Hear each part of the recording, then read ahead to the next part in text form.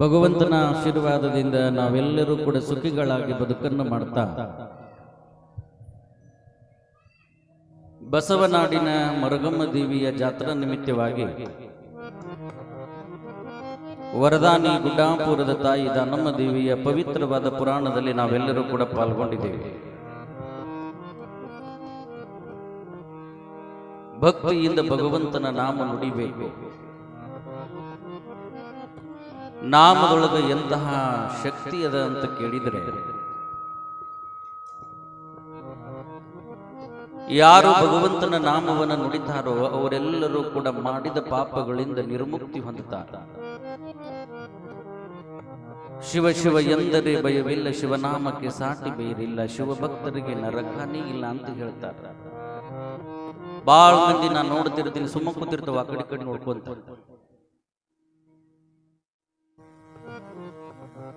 ಯಾಕೆ ಈ ಮಾತನ್ನು ಹೇಳಬೇಕಾಗಿದೆ ಅಂತಂದ್ರೆ, ಶಿವನಾಮವ ನುಡಿಯದ ಬಾಯಿ ಬಚ್ಚಲ ಕುಣಿಯಂತೆ ಅಂತ ಹೇಳ್ಕೊಂಡ್ಬರ್ತಾರೆ ದೊಡ್ಡವರು. ದೇವರು ಎಲ್ಲಾ ಕಡೆಗೂ ಅದಾನ, ಎಲ್ಲಿ ಇಲ್ಲ ದೇವರು ಎಲ್ಲಾ ಕಡೆಗೂ ಅದಾನ. ಅನುರೇಣು ತೃಣಕಾಷ್ಟದೊಳಗ ಭಗವಂತನ ವಾಸ ಅದ. ಅದಕ್ಕೆ ಹಿಂದಿ ಕವಿ ಹೇಳ್ತಾನ, ಕಂಕರ ಕಂಕರ ಮೇ ಶಂಕರ ಹೈ. ಎಲ್ಲಿ ಇಲ್ಲ ದೇವರು ಎಲ್ಲಾ ಕಡೆನೂ ಅದಾನ. ಎಲ್ಲಾ ಕಡೆಗೂ ಇರುವಂತಹ ದೇವರು ಇಂಥಲ್ಲೇ ಇಲ್ಲ ಅಂತ ಹೇಳಕ್ ಆಗೋದಿಲ್ಲ. ಎಲ್ಲಾ ಕಡೆನೂ ಕಲ್ಲಿನೊಳಗ, ಮಣ್ಣಿನೊಳಗ, ಗಿಡ ಗಂಟೆಯೊಳಗ ಎಲ್ಲ ಕಡೆಯಲ್ಲಿಯೂ ಕೂಡ ದೇವರ ವಾಸ ಅದ. ಒಮ್ಮೆ ಒಬ್ಬ ಮನಿ ಕಸವನ್ನು ತುಂಬಿಕೊಂಡು ಬುಟ್ಟಿ ಒಳಗ ತಿಪ್ಪಿಗೆ ಚೆಲ್ಲಬೇಕು ಅಂತ ಬಂದ. ಮನಿ ಕಸ ಅಂತಂದ್ರೆ ನಿಮಗೆಲ್ಲ ಗೊತ್ತಾಗ್ತದೆ, ಏದಿಂದ ಜಡ್ಡ ತಕ್ಕ ಇರ್ತದೆ. ಅದರ ನಾ ಹೇಳದ ಅರ್ಥ ಅರ್ಥ, ಏದಿಂದ ಜಡ್ಡ ತಕ್ಕ ಇರ್ತದ. ಅದನ್ನ ತಗೊಂಡು ಬುಟ್ಟಿ ಒಳಗ ಹಾಕೊಂಡು ಅದನ್ನ ತಿಪ್ಪಿ ಒಳಗ ಚೆಲ್ಲಬೇಕು ಅಂತ ಬಂದಾಗ ಒಬ್ಬ ಶರಣರು ಮಹಾತ್ಮರು ಅದೇ ದಾರಿ ಒಳಗೆ ಹೊಂಟಿದ್ರು. ಇನ್ನೇನು ಚೆಲ್ಲಬೇಕು ಅನ್ನುವಂತ ಸಮಯಕ್ಕೆ ಓಡಿ ಬಂದು ಹೇಳ್ತಾರೆ, ಅಲ್ಲಿ ದೇವರದಾನ, ಅಲ್ಲಿ ಚೆಲ್ಲಬೇಡ. ಎಲ್ಲಿ? ತಿಪ್ಪಿ ಒಳಗ ದೇವರದಾನ ಅಂತಂದ್ರೆ ಮತ್ತಿನ ದೇವರು ಇಲ್ಲಾರದ ಜಾಗ ಯಾವುದದ? ದೇವರದ ಇಲ್ಲಾರದ ಜಾಗ ನಾ ತೋರಿಸ್ತೀನಿ, ಅಲ್ಲಿ ಹೋಗಿ ಅದನ್ನ ಚೆಲ್ಲಿ ಹೊರಗಟ್ಟಿ ಬಾ ಅಂತ ತಿಳ್ಕೊಂಡು ಅವ್ರು ಮುಂದೆ ಮುಂದೆ ಇವ ಹಿಂದಿಂದ ತಲೆ ಮ್ಯಾಗ ಕಸದ ಬುಟ್ಟಿ ತಗೊಂಡು ಹೊರಟ. ಅವರು ಒಂದು ಊರೊಳಗ ಸತ್ಸಂಗವನ್ನು ಮಾಡ್ತಿದ್ರು.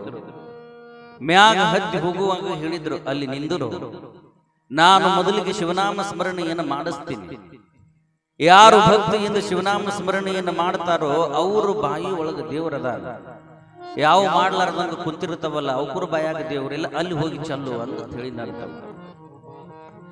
ಅದಕ್ಕ ಭಗವಂತ ಬಾಯಿ ಕೊಟ್ಟಿದ್ದು ಎದಕ್ಕ ಅಂತಂದ್ರೆ ಗಂಡಗ ಬೈಯಾಕ, ಅತ್ತಿ ಜೊತೆಗೆ ಜಗಳಾಡಕ, ಓಣ್ಯಾಗಿನವ್ರ ಜೊತೆ ಜಗಳಾಡಕ ಕೊಟ್ಟಿಲ್ಲ. ಭಗವಂತ ಬಾಯಿ ಕೊಟ್ಟಿದ್ದು ಎದಕ್ಕೆ ಅಂತ ಕೇಳಿದ್ರೆ, ಶಿವನಾಮ ಸ್ಮರಣೆಯನ್ನ ನುಡಿಯೋದಕ್ಕೆ, ಶಿವನಾಮ ಸ್ಮರಣೆಯನ್ನ ನುಡಿಯೋದಕ್ಕೆ. ಇತಿಹಾಸದ ಪುಟಗಳನ್ನು ನೋಡಿದ್ರೆ, ವಚನ ಸಾಹಿತ್ಯದೊಳಗೆ ನೋಡಿದ್ರೆ, ತಿಳಿದೋ ತಿಳಿಯದೆ ಶಿವ ಅನ್ನುವಂತಹ ಶಬ್ದವನ್ನು ನುಡಿದಿದ್ದಕ್ಕೆ ಆತನ ಪಾಪಗಳೆಲ್ಲ ಪರಿಹಾರ ಆಗಿ ಆತ ಸ್ವರ್ಗಕ್ಕೂ ಹೋದ ಅನ್ನುವಂತಹ ಕತೆ ಅದು ಶಿವಪುರಾಣದೊಳಗೆ ಬರ್ತದೆ, ಶಿವಪುರಾಣದೊಳಗೆ ಬರ್ತದೆ. ಹಿಂಗ ಪವಿತ್ರವಾಗಿರುವಂತಹ ಪುರಾಣದ ಸನ್ನಿವೇಶವನ್ನು ನಾವು ನೋಡಿದಾಗ, ನಿನ್ನೆ ಪುರಾಣ ಎಲ್ಲಿಗೆ ಬಂದು ನಿಂತಿತ್ರಿ? ಎಲ್ಲಿಗೆ ಬಂದು ನಿಂತಿತ್ತು? ಯಾರು ಹೇಳ್ತೀರಿ? ಎಲ್ಲಿಗೆ ಬಂದು ನಿಂತಿದ್ರಿ ಪುರಾಣ? ಲಿಂಗಮ್ಮ ಏನ್ ಮಾಡಿದ್ಲು ಅಂತಂದ್ರೆ, ಮುಪ್ಪಾನ ಮುದುಕಿಯಾಗಿ ಉಮರಾಣಿಯಿಂದ ಎಲ್ಲಿಗೆ ಬಂದ್ಲು ಅಂತಂದ್ರೆ ಸೊನ್ನಲಿಗೆಪುರಕ್ಕೆ ಬಂದು ಕಲ್ಯಾಣಕ್ಕೆ ಬಂದು, ಕಲ್ಯಾಣದೊಳಗೆ ಯಾರ ಮನೆಗೆ ಬಂದು ಉಳ್ಕೊಂಡ್ಲು ಅಂತಂದ್ರೆ ಮಹಾದೇವಿ ಎನ್ನುವಂತಹ ಬಡವಿಯ ಮನೆಗೆ ಬಂದ. ಆ ಬಡವಿ ಕಲ್ಯಾಣದೊಳಗ ಬಹಳ ಬಡತನದಿಂದ ಕಣ್ಣೀರು ಹಾಕುವಂತ ಕುತ್ಕೊಂಡಿದ್ಲು. ಕಲ್ಯಾಣ ಪಟ್ಟಣದೊಳಗ ಬಂದು ಅದನ್ನೆಲ್ಲವನ್ನ ನೋಡ್ತಾಳ. ಕಲ್ಯಾಣ ಹೇಗಿತ್ತು ಅನ್ನೋದನ್ನ ಬಹಳಷ್ಟು ಸುಂದರವಾಗಿ ಹೇಳ್ತಾರೆ. ಕಲ್ಯಾಣ ಅನ್ನುವಂಥದ್ದು ಒಂದು ಪವಿತ್ರವಾದ ಭೂಮಿ. ಕಲ್ಯಾಣ ಅನ್ನುವಂಥದ್ದು ಶಿವನ ವಡ್ಡೋಲಗ. ಕಲ್ಯಾಣ ಅನ್ನುವಂಥದ್ದು ಲಕ್ಷದ ಮ್ಯಾಗ 96,000 ಜಂಗಮರನ್ನ ಇಟ್ಟುಕೊಂಡಂತಹ ಪವಿತ್ರ ಪುಣ್ಯ ಕ್ಷೇತ್ರ. ಕಲ್ಯಾಣ ಅಂತಂದ್ರೆ 63 ಶರಣರು ನೆಲೆ ನಿಂತಿರುವಂತಹ ಪಾವನ ಕ್ಷೇತ್ರ. ಕಲ್ಯಾಣ ಅಂತಂದ್ರೆ 770 ಅಮರ ಗಣಗಳು ಇರುವಂತಹ ಪವಿತ್ರ ಭೂಮಿ ಯಾವುದು ಅಂತಂದ್ರೆ ಅದು ಕಲ್ಯಾಣ, ಅದು ಬಸವ ಕಲ್ಯಾಣ. ಬಸವ ಕಲ್ಯಾಣ ಕಲ್ಯಾಣ ಹೇಗಿತ್ತು ಅನ್ನೋದನ್ನ ಬಹಳಷ್ಟು ಸುಂದರವಾಗಿ ಅಲ್ಲಮ ಪ್ರಭುಗಳು ಹೇಳ್ತಾರೆ. ಕಲ್ಯಾಣವೆಂಬ ಪಣತೆಯಲ್ಲಿ ಭಕ್ತಿರಸವೆಂಬ ತೈಲವ ನೆರೆದು ಆಚಾರವೆಂಬ ಬತ್ತಿಗೆ ಬಸವಣ್ಣನೆಂಬ ಜ್ಯೋತಿಯ ಮುಟ್ಟಿಸಲು ತೊಳಗಿ ಬೆಳಗುತ್ತಿದ್ದನಯ್ಯ ಶಿವನ ಪ್ರಕಾಶ. ಆ ಬೆಳಗಿನೊಳಗೆ ಒಪ್ಪುತ್ತಿದ್ದರಯ್ಯ ಅಸಂಖ್ಯಾತ ಭಕ್ತಗಣಗಳು. ಶಿವ ಭಕ್ತರಿದ್ದ ಕ್ಷೇತ್ರವೇ ಅವಿಮುಕ್ತ ಕ್ಷೇತ್ರ. ಅವಿಮುಕ್ತ ಕ್ಷೇತ್ರವೆಂಬುದು ಹುಸಿಯೇ ಗುಹೇಶ್ವರ ಲಿಂಗದಲ್ಲಿ ಎನ್ನ ಪರಮಾರಾಧ್ಯ ಸಂಗನ ಬಸವಣ್ಣನ ಕಂಡು ಬದುಕಿದಿನಯ್ಯ ಕಾಣ ಸಿದ್ದರಾಮಯ್ಯ.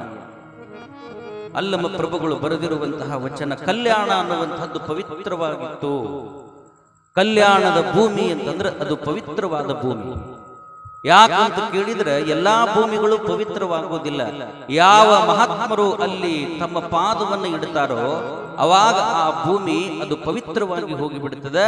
ಯಾರಿಂದ ಆ ಭೂಮಿ ಪವಿತ್ರವಾಗಿತ್ತು ಅಂತಂದ್ರೆ ಬಸವ ಜನ್ಮಭೂಮಿಯ ಬಾಗೇವಾಡಿಯ ಕಂದ ಬಸವಣ್ಣನಿಂದ ಬಸವ ಕಲ್ಯಾಣ ಪವಿತ್ರವಾಗಿತ್ತು. ಪವಿತ್ರವಾಗಿತ್ತು.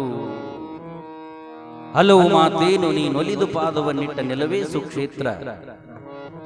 ಜಲವೇ ಪಾವನ ತೀರ್ಥ ಸುಲಭ ಶ್ರೀ ಗುರುವೇ ಕೃಪೆಯಾಗು ಅನ್ನುವ ಹಾಗೆ ಲಿಂಗಮ್ಮ ಕಲ್ಯಾಣಕ್ಕೆ ಬಂದು ನೋಡಿದಾಗ ಎಲ್ಲೆಡೆಯಲ್ಲಿಯೂ ಕೂಡ ಆನಂದದಿಂದ ಭಕ್ತರು ಭಕ್ತಿಯಿಂದ ಕಲ್ಯಾಣದೊಳಗೆ ವಾಸ ಮಾಡುತ್ತಿದ್ದರು.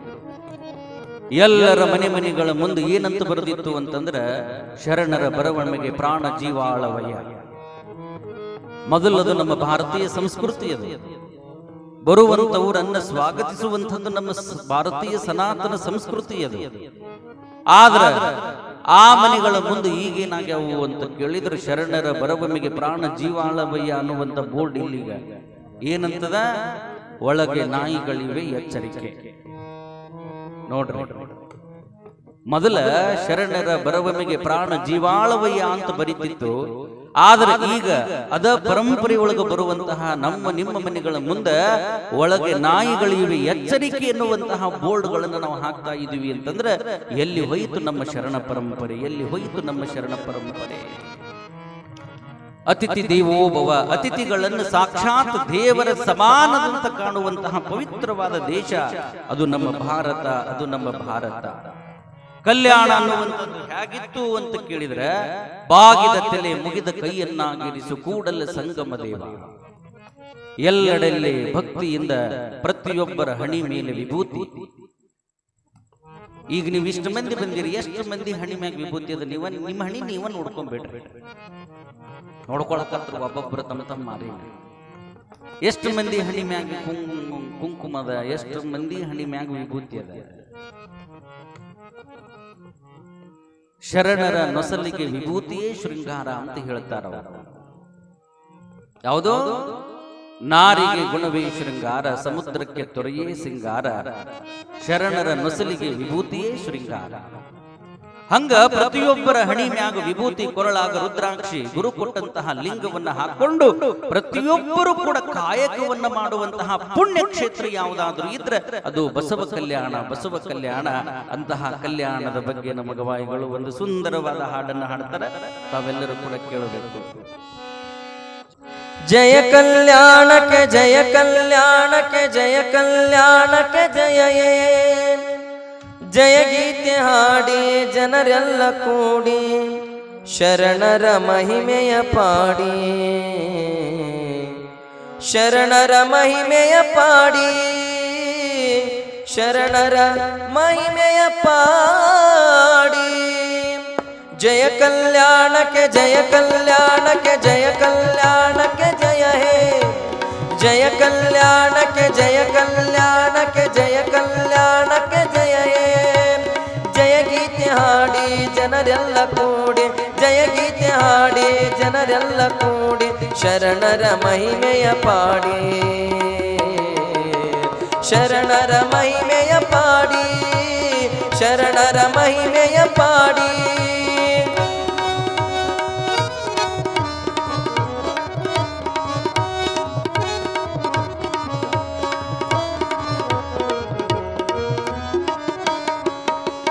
ಭಕ್ತಿ ಭಂಡಾರಿ ಬಸವಣ್ಣನಿಂದ ಕನ್ನಡ ಪುಣ್ಯದ ನಾಡು ಭಕ್ತಿ ಭಂಡಾರಿ ಬಸವಣ್ಣನಿಂದ ಕನ್ನಡ ಪುಣ್ಯದ ನಾಡು ವೈರಾಗ್ಯ ನಿಧಿ ಅಕ್ಕ ಅಲ್ಲಮ ಪ್ರಭುಗಳು ವೈರಾಗ್ಯ ನಿಧಿ ಅಕ್ಕ ಅಲ್ಲಮ ಪ್ರಭುಗಳು ಮೆರೆದಂತ ಪುಣ್ಯದ ನಾಡು ಮೆರೆದಂತ ಪುಣ್ಯದ ನಾಡು ಮೆರೆದಂತ ಪುಣ್ಯದ ನಾಡು ಜಯ ಕಲ್ಯಾಣಕ್ಕೆ ಜಯ ಕಲ್ಯಾಣಕ್ಕೆ ಜಯ ಕಲ್ಯಾಣಕ್ಕೆ ಜಯ ಜಯ ಗೀತೆ ಹಾಡಿ ಜನರೆಲ್ಲ ಕೂಡಿ ಜಯ ಗೀತೆ ಹಾಡಿ ಜನರೆಲ್ಲ ಕೂಡಿ ಶರಣರ ಮಹಿಮೆಯ ಪಾಡಿ ಶರಣರ ಮಹಿಮೆಯ ಪಾಡಿ ಓ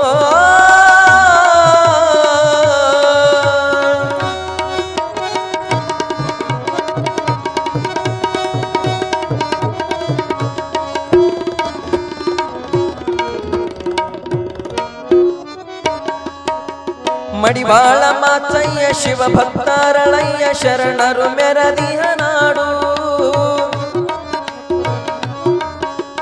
ಮಡಿವಾಳ ಮಾಚಯ್ಯ ಶಿವ ಭಕ್ತಾರಳಯ್ಯ ಶರಣರು ಮೆರದಿಹ ನಾಡು ಡೋಹಾರ ಕಕ್ಕಯ್ಯ ಮಾದಾರ ಚೆನ್ನಯ್ಯ ಡೋಹಾರ ಕಕ್ಕಯ್ಯ ಮಾದಾರ ಚೆನ್ನಯ್ಯ ಉದಯದ ಪುಣ್ಯದ ನಾಡು ಉದಯದ ಪುಣ್ಯದ ನಾಡು ಉದಯದ ಪುಣ್ಯದ ನಾಡು ಜಯ ಕಲ್ಯಾಣಕ್ಕೆ ಜಯ ಕಲ್ಯಾಣಕ್ಕೆ ಜಯ ಕಲ್ಯಾಣಕ್ಕೆ ಜಯ ಹೇ ಜಯ ಗೀತೆ ಹಾಡಿ ಜನರೆಲ್ಲ ಕೂಡಿ ಶರಣರ ಮಹಿಮೆಯ ಪಾಡಿ ಶರಣರ ಮಹಿಮೆಯ ಪಾಡಿ ಶರಣರ ಮಹಿಮೆಯ ಪಾಡಿ ಸುಂದರವಾದ ಗೀತೆಯನ್ನು ಹಾಡಿದ ಕಲಾವಿದರಿಗೆ ಮತ್ತೊಮ್ಮೆ ನಿಮ್ಮೆಲ್ಲರ ಜೋರಾದ ಚಪ್ಪಾಳೆಯನ್ನು ತಟ್ಟಬೇಕು. ಹೀಗೆ ಕಲ್ಯಾಣ ಅನ್ನುವಂಥದ್ದು ಪವಿತ್ರವಾತು ಎಲ್ಲಿ ನೋಡಿದಡಲ್ಲಿ ಬಸವನೆಂಬ ಬಳ್ಳಿ ಎತ್ತಿ ನೋಡಿದರೆ ಲಿಂಗವೆಂಬ ಗೊಂಚಲು ಒತ್ತಿ ಹಿಡಿದರೆ ಭಕ್ತಿ ಎಂಬ ರಸವಯ್ಯ. ಹೀಗೆ ಕಲ್ಯಾಣ ಅನ್ನುವಂಥದ್ದು ಬಹಳ ಪವಿತ್ರವಾಗಿರುವಂತಹ ಕ್ಷೇತ್ರ. ಯಾಕೆ ಬಸವಣ್ಣ ದೊಡ್ಡವನಾದ ಅಂತ ಕೇಳಿದರೆ ಕೂಡಲ ಸಂಗಮದೊಳಗಿರಬೇಕಾದ್ರೆ ಎಲ್ಲ ವೇದ ಅಧ್ಯಯನ ಮುಗಿಸಿದ ತಕ್ಷಣ ಆ ಕೂಡಲ ಸಂಗಮಕ್ಕೆ ಯಾರು ಬಂದಿದ್ರು ಅಂತಂದ್ರೆ ಬಿಜ್ಜಳನ ಬಲದೇವ ಮಂತ್ರಿಗಳು ಬಂದಿದ್ರು. ಯಾರೋ ಬಿಜ್ಜನ ಕೈ ಒಳಗ ಇರುವಂತಹ ಕರುಣಿಕ ಬಲದೇವ ಮಂತ್ರಿಗಳು ಬಂದಿದ್ರು. ಆ ಬಲದೇವ ಮಂತ್ರಿಗಳು ಬಸವಣ್ಣನವರನ್ನ ನೋಡಿ ಬಹಳಷ್ಟು ಸಂತೋಷ ಪಟ್ಟು ಇಂತಹ ಹುಡುಕಿದ್ರು ಸಿಗೋದಿಲ್ಲ. ನನ್ನ ಒಬ್ಬಳೇ ಒಬ್ಬ ಮಗಳಾಗಿರುವಂತಹ ಗಂಗಾಂಬಿಕೆಯನ್ನು ಯಾರಿಗೂ ಕೊಟ್ಟು ಮದುವೆ ಮಾಡಬೇಕು ಅಂತಂದ್ರೆ ಬಸವಣ್ಣನಿಗೆ ಕೊಟ್ಟು ಮದುವೆ ಮಾಡಬೇಕು ಅಂತ ವಿಚಾರ ಮಾಡ್ತಾರೆ. ವಿಚಾರ ಮಾಡಿ ಏನ್ ಮಾಡಿದ್ರು ಅಂತಂದ್ರೆ ಇದನ್ನು ಹೋಗಿ ಜಾತವೇದ ಮುನಿಗಳಿಗೆ ಹೇಳ್ತಾರೆ ಬಸವಣ್ಣನವರನ್ನು ಒಪ್ಪಿಸಬೇಕು ಅಂತಂದಾಗ ಆಗ ಜಾತವೇದ ಮುನಿಗಳು ಹೇಳ್ತಾರ ಬಸವಣ್ಣನ ಒಪ್ಪಿಸುವುದಕ್ಕೆ ನಾ ಯಾರು? ಬಸವಣ್ಣ ಬೇರೆ ಯಾರು ಅಲ್ಲ, ನಿನ್ನ ಅಳಿಯ. ಯಾರು? ಬಸವಣ್ಣ ಬೇರೆ ಯಾರು ಅಲ್ಲ, ಬಸವಣ್ಣನ ತಾಯಿ ಮಾದಲಾಂಬಿಕೆಯ ತಮ್ಮನಾಗಿರುವಂತಹ ಬಲದೇವ ಮಂತ್ರಿಯ ಮಗಳು. ಯಾರು? ಗಂಗಾಂಬಿಕಾ. ಮದುವೆಯನ್ನ ಮಾಡ್ಕೋಬೇಕು ಅನ್ನುವಂತ ವಿಚಾರವನ್ನು ಬಸವಣ್ಣನವರ ಮುಂದೆ ತಂದಿಟ್ಟಾಗ ಸಾಕಷ್ಟು ಒಲ್ಲೆ ಅಂದ್ರೂ ಸಹಿತ ಬಿಡಲಾರದ ಬಸವಣ್ಣನವರ ಜೊತೆಗೆ ಗಂಗಾಂಬಿಕೆಯ ಮದುವೆ ಆಗ್ತದೆ. ಮದುವೆಯಾದವಳನೆ ನೀವು ನಮ್ಮ ಕಲ್ಯಾಣಕ್ಕೆ ಬರಬೇಕು ಅಂತ ತಿಳ್ಕೊಂಡು ಬಸವಣ್ಣನವರನ್ನು ಕಲ್ಯಾಣಕ್ಕೆ ಕರ್ಕೊಂಡು ಹೋಗ್ತಾನೆ. ಯಾರೋ? ಬಲದೇವ ಮಂತ್ರಿ. ಬಲದೇವ ಮಂತ್ರಿ ಕರ್ಕೊಂಡು ಹೋದ ಮ್ಯಾಗ ಏನಾಗ್ತದೆ ಅಂತಂದ್ರೆ ಒಂದಿಷ್ಟು ದಿನ ಗಂಡ ಹೆಂಡತಿ ಗಂಗಾಂಬಿಕಾ ಬಸವಣ್ಣ ಕಲ್ಯಾಣದೊಳಗೆ ಇರಬೇಕಾದ್ರೆ ಬಸವಣ್ಣನವರಂತಾರ ನನಗ ಕಾಲೇ ಕುಂತು ಬ್ಯಾಸರ ಆಗ್ಯದ, ಅದಕ್ಕೆ ನಾ ಏನಾದರೂ ಒಂದು ಕಾಯಕವನ್ನು ಮಾಡಬೇಕು ಅಂತ ಮಾಡೀನಿ. ನನಗೊಂದು ಕಾಯಕವನ್ನ ಹುಡುಕಿ ಕೊಡ್ರಿ ಅಂತ ತಿಳ್ಕೊಂಡು ಮಾವನಿಗೆ ಕೇಳ್ತಾನ ಬಸವಣ್ಣ. ಯಾರು ಮಾವ? ಬಲದೇವ ಮಂತ್ರಿ. ಆಗ ಮಾವನಾಗಿರುವಂತವನು ಹೇಳ್ತಾನ, ಬಸವಣ್ಣ ನೀ ದುಡಿಯುವಂತಹದ್ದೇನದ ಅಂತನವ. ಆಗರ್ಭ ಶ್ರೀಮಂತ ನಾನು, ಒಬ್ಬ ಮಗಳು, ಕೋಟಿ ಗಟ್ಟಲೆ ದುಡ್ಡು ಸಾಕಷ್ಟು ಕೊಳಿಕೊಂತ ಬಿದ್ದದ. ಹೀಗಿರುವಾಗ ನೀ ದುಡ್ದು ಯಾರನ್ನ ಸಾಕಬೇಕಾಗ್ಯದ? ನೀ ಸುಮ್ಮ ಉಂಡು ಚಂದ ಹೆಂಡತಿಯನ್ನ ಮಗಳನ್ನ ನೋಡ್ಕೊಂಡಿದ್ರೆ ಸಾಕು ಅಂತಂದುಗೊಳ್ಳಿ. ಬಸವಣ್ಣ ಅದಕ್ಕೂ ಒಪ್ಪೋದಿಲ್ಲ. ಈ ಎಲ್ಲ ಸಂಪತ್ತು ಅದು ನಿಂದೆ, ನಿಂದು ಅಂದುಗೊಳ್ಳಿ ಬಸವಣ್ಣ ಒಪ್ಪೋದಿಲ್ಲ. ನಿನ್ನ ದುಡ್ಡು 1 ರೂಪಾಯಿನೂ ಕೂಡ ನನಗೆ ಬೇಡ ಅಂತ ಬಸವಣ್ಣ. ನೋಡು, ನಿನ್ನ ಸಂಪತ್ತಿನ 1 ದುಡ್ಡು ಕೂಡ 1 ನಯಾಪೈಸೆನೂ ನನಗೆ ಬೇಡ ಅಂತ ನಾ ಏನಾದ್ರೂ ಕಲ್ಯಾಣದೊಳಗೆ ಬದುಕಬೇಕಾಗಿತ್ತು ಅಂತಂದ್ರೆ ಪವಿತ್ರವಾದ ಕಾಯಕವನ್ನ ಮಾಡೇ ಬದುಕ್ತೀನಿ. ನನ್ನ ಕಾಯಕದ ದುಡ್ಡಿನಿಂದ ಬಂದಿರುವಂತ ದುಡ್ಡಿನೊಳಗೆ ನಾನು ನನ್ನ ಹೆಂಡತಿ ಬದುಕ್ತೀವಿ ಹೊರತು ನಿನ್ನ ದುಡ್ಡು ಒಂದು ನಯಾಪೈಸೆನೂ ಬೇಡ ಅಂತ ಹಾಗಾದ್ರೆ ಈ ಸಂಪತ್ತನ್ನು ಯಾರಿಗೆ ಕೊಡುವುದು ಅಂತಂದುಗೊಳ್ಳಿ, ಇದನ್ನ ಪುಣ್ಯ ಕೆಲಸಕ್ಕೆ ದಾನ ಮಾಡಿಬಿಡುನು ಅಂತಾನ ಬಸವಣ್ಣ. ಜೇರ ಕರ್ತ ಬಸವಣ್ಣನ ತತ್ವದ ಪ್ರಕಾರ ಹೆಂಡತಿಯ ಸಂಪತ್ತಿನೊಳಗೆ ಬದುಕಿದ್ರೆ ಅದು ಏನು ತಿಂದಂಗ ಅಂದ್ರೆ, ಬಸವಣ್ಣ ಹೇಳ್ತಾನ 3 ಪ್ರಕಾರದ ಪ್ರಸಾದವನ್ನು ನಾವು ಸ್ವೀಕಾರ ಮಾಡ್ತೀವಿ. 1, ಹಿರಿಯರು ಮಾಡಿಟ್ಟ ಆಸ್ತಿ ಒಳಗೆ ನಾವು ಬದುಕು ಮಾಡ್ತಿದ್ವಿ ಅಂತಂದ್ರೆ ಅದು ಯಾವುದು ಉಂಡಂಗ ಅಂತಂದ್ರ ಹಸಿದು ಉಂಡಂಗ. ಹಸಿದಂದ್ರೆ ಗೊತ್ತಾಗತ್ತಲ್ಲ, ಆರಿದು ಉಂಡಂಗ. ಹಿರಿಯರು ಮಾಡಿಟ್ಟ ಸಂಪತ್ತಿನೊಳಗೆ ನಾವು ಬದುಕಾಕತ್ತೀವಿ ಅಂತಂದ್ರೆ ಅದು ಆರಿದ್ದುಂಡಂಗ.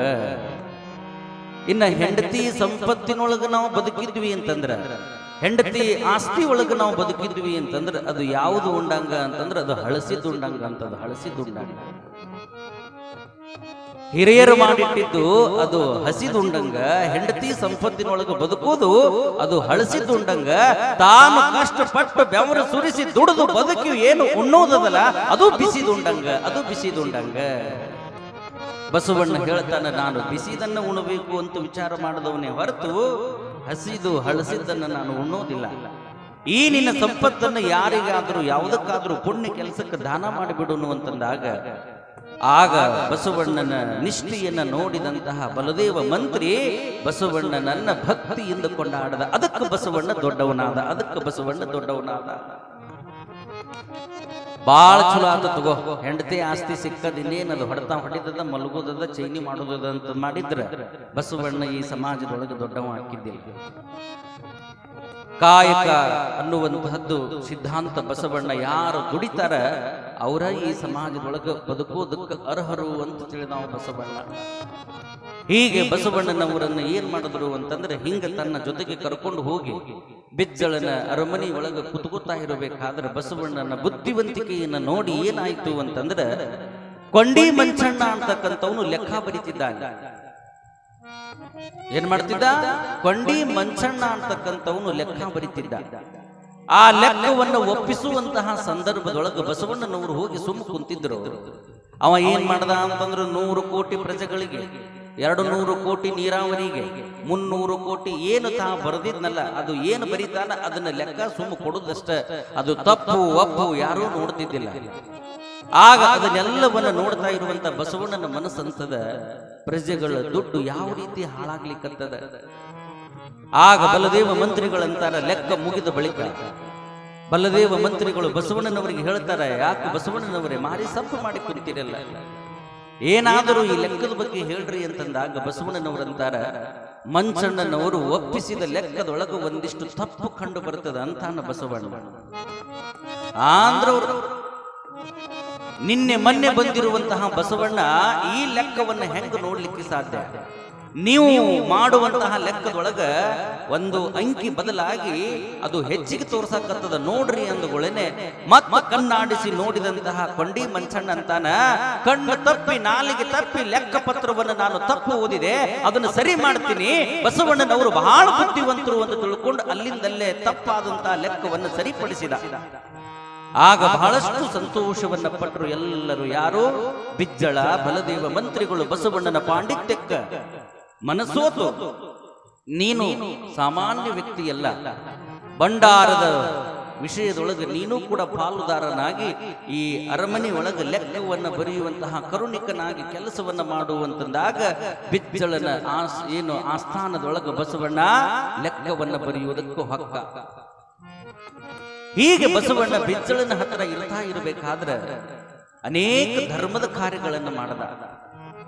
ಎಷ್ಟು ಪ್ರಾಮಾಣಿಕ ಆಗಿದ್ದ ಅಂತಂದ್ರೆ ನಿಮಗೆ ಹೇಳುವುದು ಅಂತಂದ್ರೆ, ಬಸವಣ್ಣ ಬಂದು ಬಿಜ್ಜಳನ ಅರಮನೆ ಒಳಗೆ ಕಾಲಿಟ್ಟುಗಳೇನೆ ಈ ಕೊಂಡಿ ಮಂಚಣ್ಣನಂತವ್ರು ಅಂತಿದ್ರಂತೆ, ಯಾಕರ ಬನ್ನೋ ಯಪ್ಪ ಇವ, ಯಾಕರ ಬಂದ? ನಾವು 100ಕ್ಕೆ 1000 ರೂಪಾಯಿ ಲೆಕ್ಕ ಹಚ್ಚಿದ್ರು ಹುನೆ, ಇಲ್ಲಿ ತನಕನೂ ಎಲ್ಲ ಸುಳ್ಳು ಲೆಕ್ಕ ಬರೆದು ಬರೆದು ಬರೆದು ಬರೆದು ಬರೆದು ಕೊಂಡಿ ಮಂಚಣ್ಣನವರು ಮನಿ ತುಂಬ್ಕೊಂಡ್ಬಿಟ್ಟಿದ್ರಿ ಎಲ್ಲ.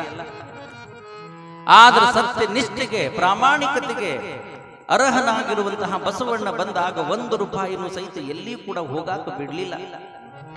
ಆಗ ಬಸವಣ್ಣನ ಮೇಲೆ ಹಲ್ಲು ತಿನ್ನಾಕ ಶುರು ಮಾಡದ ಯಾರು? ಕೊಂಡಿ ಮಂಚಣ್ಣ. ಕೊಂಡಿ ಮಂಚಣ್ಣ ಹಲ್ಲು ತಿನ್ನಾಕ ಶುರು ಮಾಡದ. ಏನಾದರೂ ಮಾಡಿ ಬಸವಣ್ಣನನ್ನ ಯಾವುದಾದ್ರೂ ಒಳಗೆ ಸಿಗಿಸಬೇಕು, ಆತನನ್ನ ಕಲ್ಯಾಣದಿಂದ ಹೊರಗೆ ಓಡಿಸಬೇಕು, ಮುಂದೆ ಬರುವಂತಹ ಜವಾಬ್ದಾರಿಗಳಿಗೆ ಅರ್ಹ ವ್ಯಕ್ತಿ ನಾನೇ ಆಗಬೇಕು ಅಂತ ಕನಸು ಕಂಡ್ರೆ, ಆದ್ರೆ ಅವನ ಕನಸು ಕನಸಾಗೆ ಉಳಿತೆ ಹೊರತು ಬಸವಣ್ಣ ಆತನ ಬುದ್ಧಿವಂತಿಕೆ ಪ್ರಾಮಾಣಿಕತೆಗೆ ಒಂದೊಂದು ಹೆಜ್ಜೆ ಮ್ಯಾಗ ಇರ್ಕೊಂತಾನೆ ಹೋದಂತ ಬಸವಣ್ಣ ಎಂದೂ ಕೂಡ ಕೆಳಗೆ ಬರಲಿಲ್ಲ ಅಂತ. ಬಸವಣ್ಣ ಎಂದೂ ಕೂಡ ಕೆಳಗೆ ಬರಲಿಲ್ಲ. ಮತ್ತೊಮ್ಮೆ ಏನಾಯಿತು ಅಂತಂದ್ರೆ, ಬಸವಣ್ಣನವರ ಬಗ್ಗೆ ಇಲ್ಲ ಸಲ್ಲದ ಅಪವಾದವನ್ನು ಹೊರಿಸಿ ಹೇಳ್ತಾನ. ಬಸವಣ್ಣ ಬೊಕ್ಕಸದ ದುಡ್ಡನ್ನು ತೆಗೆದುಕೊಂಡು ಹೋಗಿ ಅನುಭವ ಮಂಟಪವನ್ನ ಕಟ್ಟ್ಯಾನ. ಅನುಭವ ಮಂಟಪದೊಳಗೆ ಲಕ್ಷದ ಮ್ಯಾಗ 96,000 ಜಂಗಮರನ್ನು ತಂದಿಟ್ಟಾನ. ಜಾತಿ ಹದಗೆಡಿಸಿದ ಎಲ್ಲರಿಗೂ ಲಿಂಗವನ್ನ ಕಟ್ಟಿ ಎಲ್ಲರನ್ನ ಸಮಾನರನ್ನಾಗಿ ಮಾಡಿಬಿಟ್ಟ ಬಸವಣ್ಣ. ಹೋಗು, ಆ ಬಸವಣ್ಣನಿಗೆ ನೀನು ಕಾಯಕ ಮಾಡುವ ದುಡ್ಡು, ಅವ ಕಾಯಕ ಮಾಡುವ ದುಡ್ಡಿನಿಂದ ಅನುಭವ ಮಂಟಪವನ್ನ ನಿರ್ಮಾಣ ಮಾಡಕ್ಕಾಗುವುದಿಲ್ಲ ಅಂತ ಹೋಗಿ ಬಿಜ್ಜಳನಿಗೆ ಹೇಳಿದಗುಳನೆ. ಬಿಜ್ಜಳ ಬಹಳ ಚಲೋ, ಆದ್ರೆ ಕಿವಿ ಬಹಳ ಸುಮಾರು. ಬಿಜ್ಜಳ ಬಹಳ ಚಲೋ, ಆದ್ರೆ ಕಿವಿ ಬಹಳ ಸುಮಾರ. ಏನು ಹೇಳ್ತಿದ್ರು ಅದನ್ನು ಕೇಳಿಬಿಡುತ್ತಿದ್ದ. ಆಗ ಏನ್ ಮಾಡ್ದ ಅಂತಂದ್ರೆ, ಬಸವಣ್ಣನವರನ್ನ ಪರೀಕ್ಷೆ ಮಾಡಬೇಕು ಅಂತ ಹೇಳಿ ರಾತ್ರಿ 12 ಗಂಟೆ ಸುಮಾರು ಮಾರು ವೇಷದೊಳಗೆ ಬಸವಣ್ಣನ ಮನೆಗೆ ಬಂದಂತೆ ಯಾರು? ಬಿಜ್ಜಳ. ರಾತ್ರಿ 12 ಗಂಟೆ ಸುಮಾರು ಮಾರು ವೇಷದೊಳಗೆ ಬಂದಾಗ ಬಸವಣ್ಣನವರು ಇನ್ನೂ ಕೂಡ ಲೆಕ್ಕ ಪತ್ರವನ್ನು ಬರೀತಿದ್ರು. ಬಾಗಿಲು ತೆಗೆದಿತ್ತು. ಹೀಗೆ ಆ ವಯಸ್ಸಾದ ರೂಪದೊಳಗೆ ಏನು ಮಾರು ವೇಷದೊಳಗೆ ಬಂದಿರುವಂತಹ ಬಿಜ್ಜಳ ಬಸವಣ್ಣನವರ ಮುಂದೆ ಬಂದು ಕುಂತ. ಬಸವಣ್ಣನವರು ನೋಡಿದ್ರು, ಬನ್ನಿ ಅಂತ ಇಷ್ಟೇ ಅಂದ್ರು. ಅವ ಬಂದ ಕುಂತ. ಬಸವಣ್ಣನವರು ಲೆಕ್ಕವನ್ನು ಬರೆಯುವುದಕ್ಕೆ ಪ್ರಾರಂಭ ಮಾಡಿದರು. ಒಂದು ಅರ್ಧ ತಾಸಿನ ನಂತರ ಲೆಕ್ಕ ಪತ್ರದ ವಿಷಯ ಮುಗಿತು. ಆಗ ಬಸವಣ್ಣನವರು ಕೇಳ್ತಾರೆ, ಯಾರು ನೀವು ಅಂದ. ಆಗ ಆತ ಸಿಟ್ಟುಗೇರು ಅಂತಾನ, ಒಬ್ಬ ಜಂಗಮಾಮೂರ್ತಿ ನಿನ್ನ ಮನೆಗೆ ಬಂದಾಗ ಬನ್ನಿ ಕುತ್ಕೊಳ್ರಿ ಎನ್ನುವಂತಹ ವಿನಯ ಇರಲಾರದ ಬಸವಣ್ಣ ನೀ ಯಾತ್ರು ದೊಡ್ಡವನು ಅಂತ. ಆಗ ಬಸವಣ್ಣ ಹೇಳ್ತಾನ, ಕಾಯಕದೊಳು ನಿರತನಾದೊಡೆ ಕೂಡಲ ಕಾಯಕದೊಳು ನಿರತನಾಡದೆ ಗುರುಲಿಂಗ ಜಂಗಮವನ್ನಾದರೂ ಮರಿಬೇಕು ಅಂತ ಹೇಳ್ತಾನ. ಕಾಯಕ ಮಾಡುವಾಗ ಯಾರು ಬಂದ್ರೇನು, ನನಗೆ ಕಾಯಕನೇ ದೊಡ್ಡದು, ಕೈಲಾಸ ದೊಡ್ಡದಲ್ಲ ಕಾಯಕ ದೊಡ್ಡದು ಅಂತ ಹೇಳ್ತಾನ. ಧರ್ಮ ದೊಡ್ಡದಲ್ಲ ದಯ ದೊಡ್ಡದು ಅಂತ ಹೇಳ್ತಾನ ಬಸವಣ್ಣ. ಆಗ ಬಸವಣ್ಣನಿಗೆ ನೀ ಯಾರು ಅಂತಂದುಗಳೇನೆ ಅವರು ಇವರು ಮಾತಾಡ್ತಾ ಇರಬೇಕಾದ್ರೆ ಅಲ್ಲಿ ಒಂದು ಸನ್ನಿವೇಶ ನಡೀತದೆ.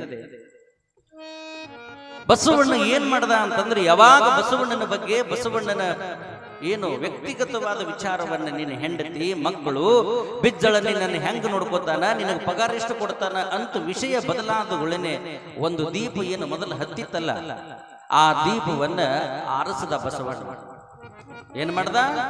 ಆ ದೀಪವನ್ನ ಆರಿಸಿ ಇನ್ನೊಂದು ದೀಪವನ್ನ ಹಚ್ಚದ.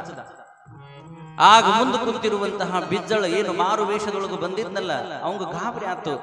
ಅಲ್ಲ, ಇಷ್ಟೊತ್ತನಕಾನು ಒಂದು ದೀಪವನ್ನ ಹಚ್ಚದ, ಆ ದೀಪವನ್ನ ಆರಿಸಿ ಮತ್ತೊಂದು ದೀಪವನ್ನು ಯಾಕೆ ಹಚ್ಚದ ಅಂತ ತಿಳ್ಕೊಂಡು ಕುತೂಹಲಕಾರಿಯಾಗಿ ಬಸವಣ್ಣನವರಿಗೆ ಕೇಳ್ತಾನಂತ. ಇಲ್ಲಿ ತನಕನೂ ಒಂದು ದೀಪ, ಈಗೊಂದು ದೀಪ ಯಾಕ ಅಂತಂದುಗಳೇನೆ ಬಸವಣ್ಣ ಎಷ್ಟು ಪ್ರಾಮಾಣಿಕ ವ್ಯಕ್ತಿ ಅಂತಂದ್ರೆ, ಇಲ್ಲಿ ತನಕ ನಾನು ಮಾಡ್ತಾ ಇರುವಂತದ್ದು ಬಿಜ್ಜಳನ ಬೊಕ್ಕಸದ ಕಾಯಕ. ಏನು ಬಿಜ್ಜಳನ ಬೊಕ್ಕಸದ ಕಾಯಕ. ಆ ಕಾಯಕವನ್ನ ಮಾಡುವಾಗ ಬಿಜ್ಜಳನ ಬೊಕ್ಕಸದ ದುಡ್ಡಿನಿಂದ ತಂದಿರುವಂತಹ ಎಣ್ಣೆಯಿಂದ ದೀಪವನ್ನ ಹಚ್ಚಿದೆ. ಆ ಕಾಯಕ ಮುಗಿತು. ಈಗ ನೀವು ನನ್ನ ವಿಷಯ, ನನ್ನ ಹೆಂಡತಿ ವಿಷಯ, ನನ್ನ ಸಂಬಳದ ವಿಷಯವನ್ನು ನೀವು ಮಾತಾಡಕತ್ತೀರಿ ಅಂತಂದ್ರೆ ಇದು ನಮ್ಮ ವ್ಯಕ್ತಿಗತವಾದಂತ ವಿಚಾರ.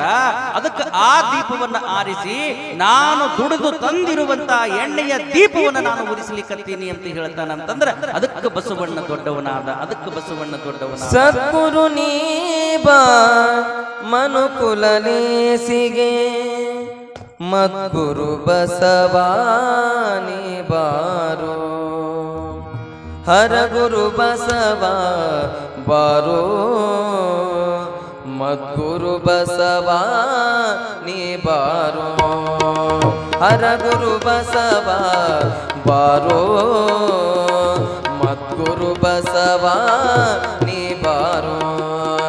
ಸದ್ಗುರು ನೀ ಬಾ ಮನುಕುಲಲೇಸಿಗೆ, ಸದ್ಗುರು ನೀ ಬಾ ಮನುಕುಲಲೇಸಿಗೆ ಮದ್ಗುರು ಬಸವಾನಿ ಬಾರೋ, ಮದ್ಗುರು ಬಸವಾನಿ ಬಾರೋ, ಹರಗುರು ಬಸವ ಬಾರೋ, ಮದ್ಗುರು ಬಸವಾನಿ ಬಾರೋ.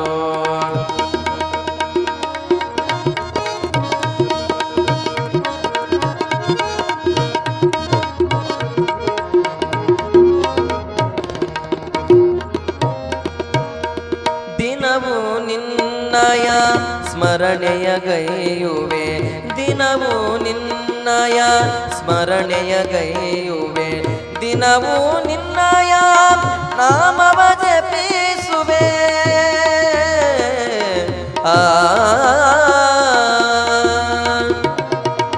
ದಿನವೂ ನಿನ್ನಯ ಸ್ಮರಣೆಯ ಗೈಯುವೆ, ದಿನವೂ ನಿನ್ನಯ ನಾಮವ ಜಪಿಸುವೆ. ಕರುಣಾಮೂರುತಿ ನೀ ಬಾರೋ, ಕರುಣಾಮೂರುತಿ ನೀ ಬಾರೋ, ಮದ್ಗುರು ಬಸವ ನೀ ಬಾರೋ, ಮದ್ಗುರು ಬಸವ ನೀ ಬಾರೋ. ಗುರು ಬಸವ ನೀ ಬಾರೋ ಅನ್ನುವಂಥ ಗೀತೆಯನ್ನು ಹಾಡಿದ ಕಲಾವಿದರಿಗೆ ಮತ್ತೊಮ್ಮೆ ನಿಮ್ಮೆಲ್ಲರ ಜೋರಾದ ಚಪ್ಪಾಳೆಯನ್ನು ತಟ್ಟಿ ಅಭಿನಂದನೆಗಳನ್ನು ಸಲ್ಲಿಸಬೇಕು. ಬಸವಣ್ಣನ ಅಪ್ಪಟವಾದಂತಹ ನಿಷ್ಠೆಗೆ ಯಾರು ಬಹಳಷ್ಟು ಸಂತೋಷವನ್ನು ಪಟ್ಟರು ಅಂತಂದ್ರೆ ಬಿಜ್ಜಳ ಮಹಾರಾಜ.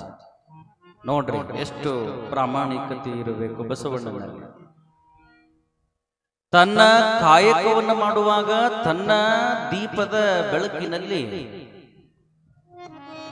ಇರುವಂತವರು, ಬಿಜ್ಜಳನ ಕಾಯಕವನ್ನು ಮಾಡುವಾಗ ಬಿಜ್ಜಳನ ಎಣ್ಣೆಯಲ್ಲಿ ತಂದಿರುವಂತಹ ಬೆಳಕಿನೊಳಗೆ ಬದುಕಿದರು.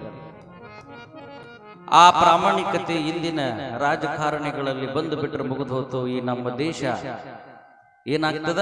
ರಾಮರಾಜ್ಯ ಆಗಿ ಹೋಗ್ಬಿಡ್ತದೆ, ರಾಮರಾಜ್ಯ ಆಗಿ ಹೋಗ್ಬಿಡ್ತದೆ.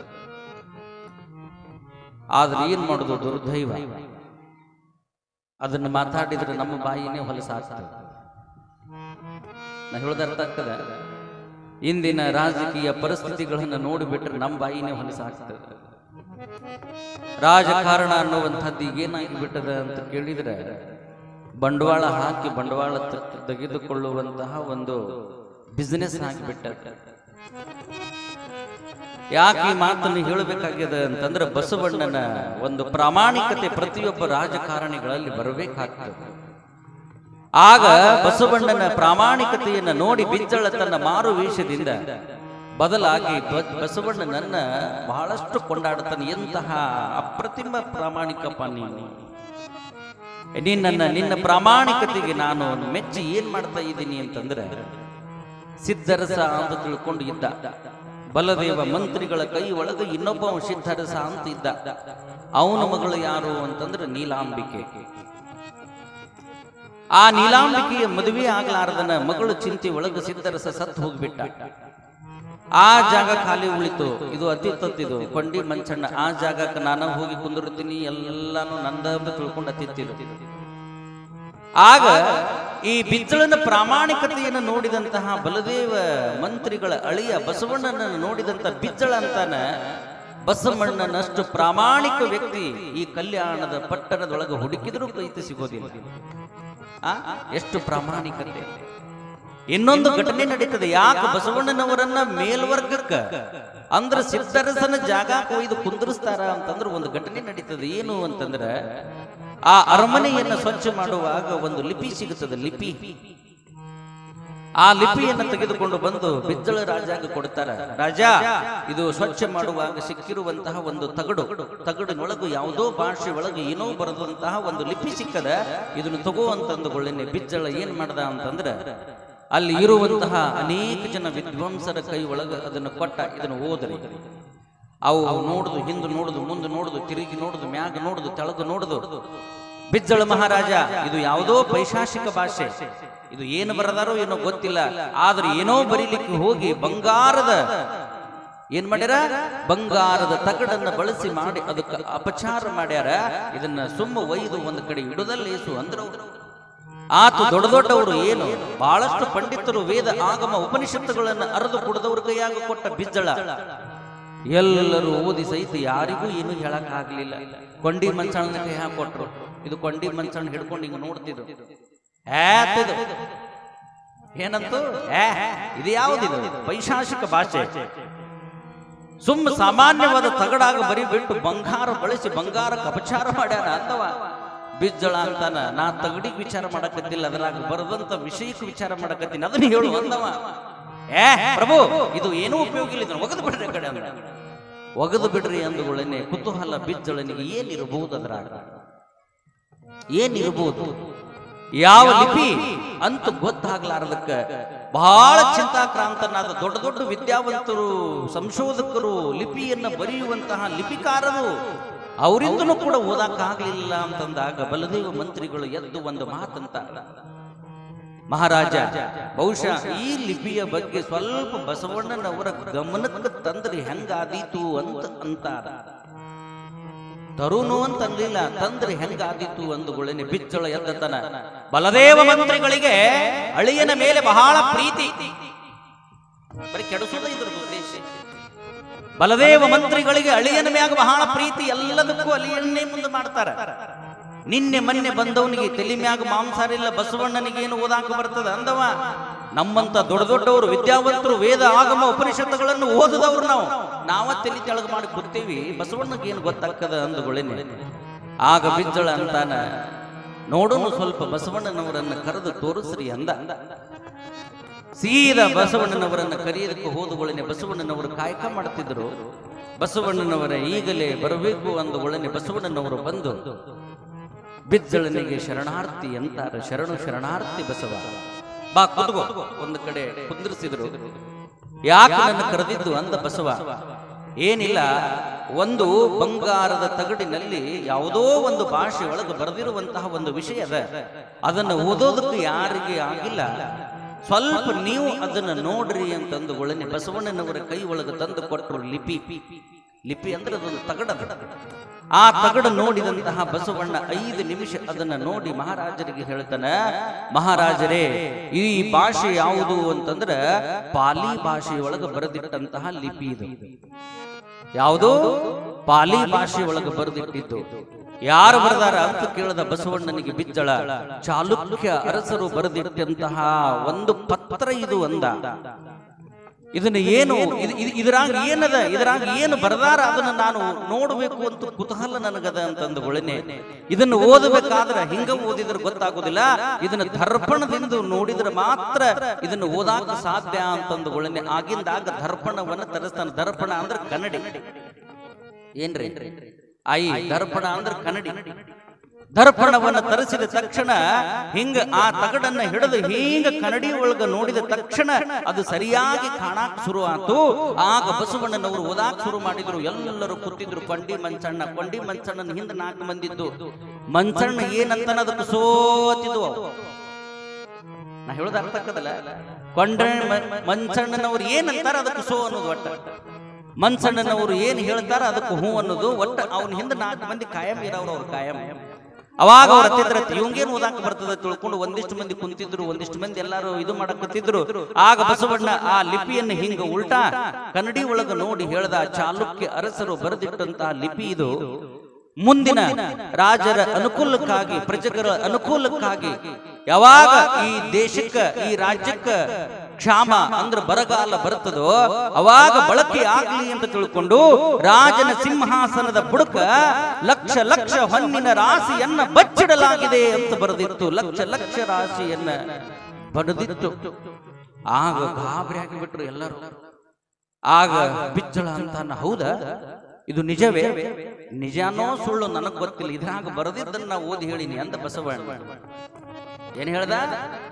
ಏನೋ ಚಾಲುಕ್ಯ ಅರಸ ಮುಂದಿನ ಪ್ರಜೆಗಳಿಗೆ ಅನುಕೂಲ ಆಗ್ಲಿ ಅಂತ ತಿಳ್ಕೊಂಡು ಸಿಂಹಾಸನದ ಕೆಳಗಡೆ ಇಷ್ಟು ಅಗಲ ಇಷ್ಟು ಆಳ ಲಕ್ಷ ಲಕ್ಷ ಹೊನ್ನಿನ ರಾಶಿಯನ್ನ ಬಚ್ಚಿಡಲಾಗಿದೆ ಅಂತ ಬರೆದಿದ್ದನ್ನ ನಾವು ಓದಿ ಹೇಳಿನಷ್ಟೇ. ಇರಬಹುದು ಇರದೇ ಇರಬಹುದು, ಅದು ನನಗ್ ಗೊತ್ತಿಲ್ಲ ಅಂದುಗಳೇನೆ. ಆಗ ಬಿಜ್ಜಳ ಅಂತ ಪ್ರಯತ್ನ ಮಾಡೋನು ಅಂದ. ಇದು ಕೂತಿದ್ದಲ್ಲ ಕೊಂಡಿ ಮಂಚಣ್ಣ, ಹೇ ಬಿಜ್ಜಳ, ಇದು ಸುಳ್ಳಿದು.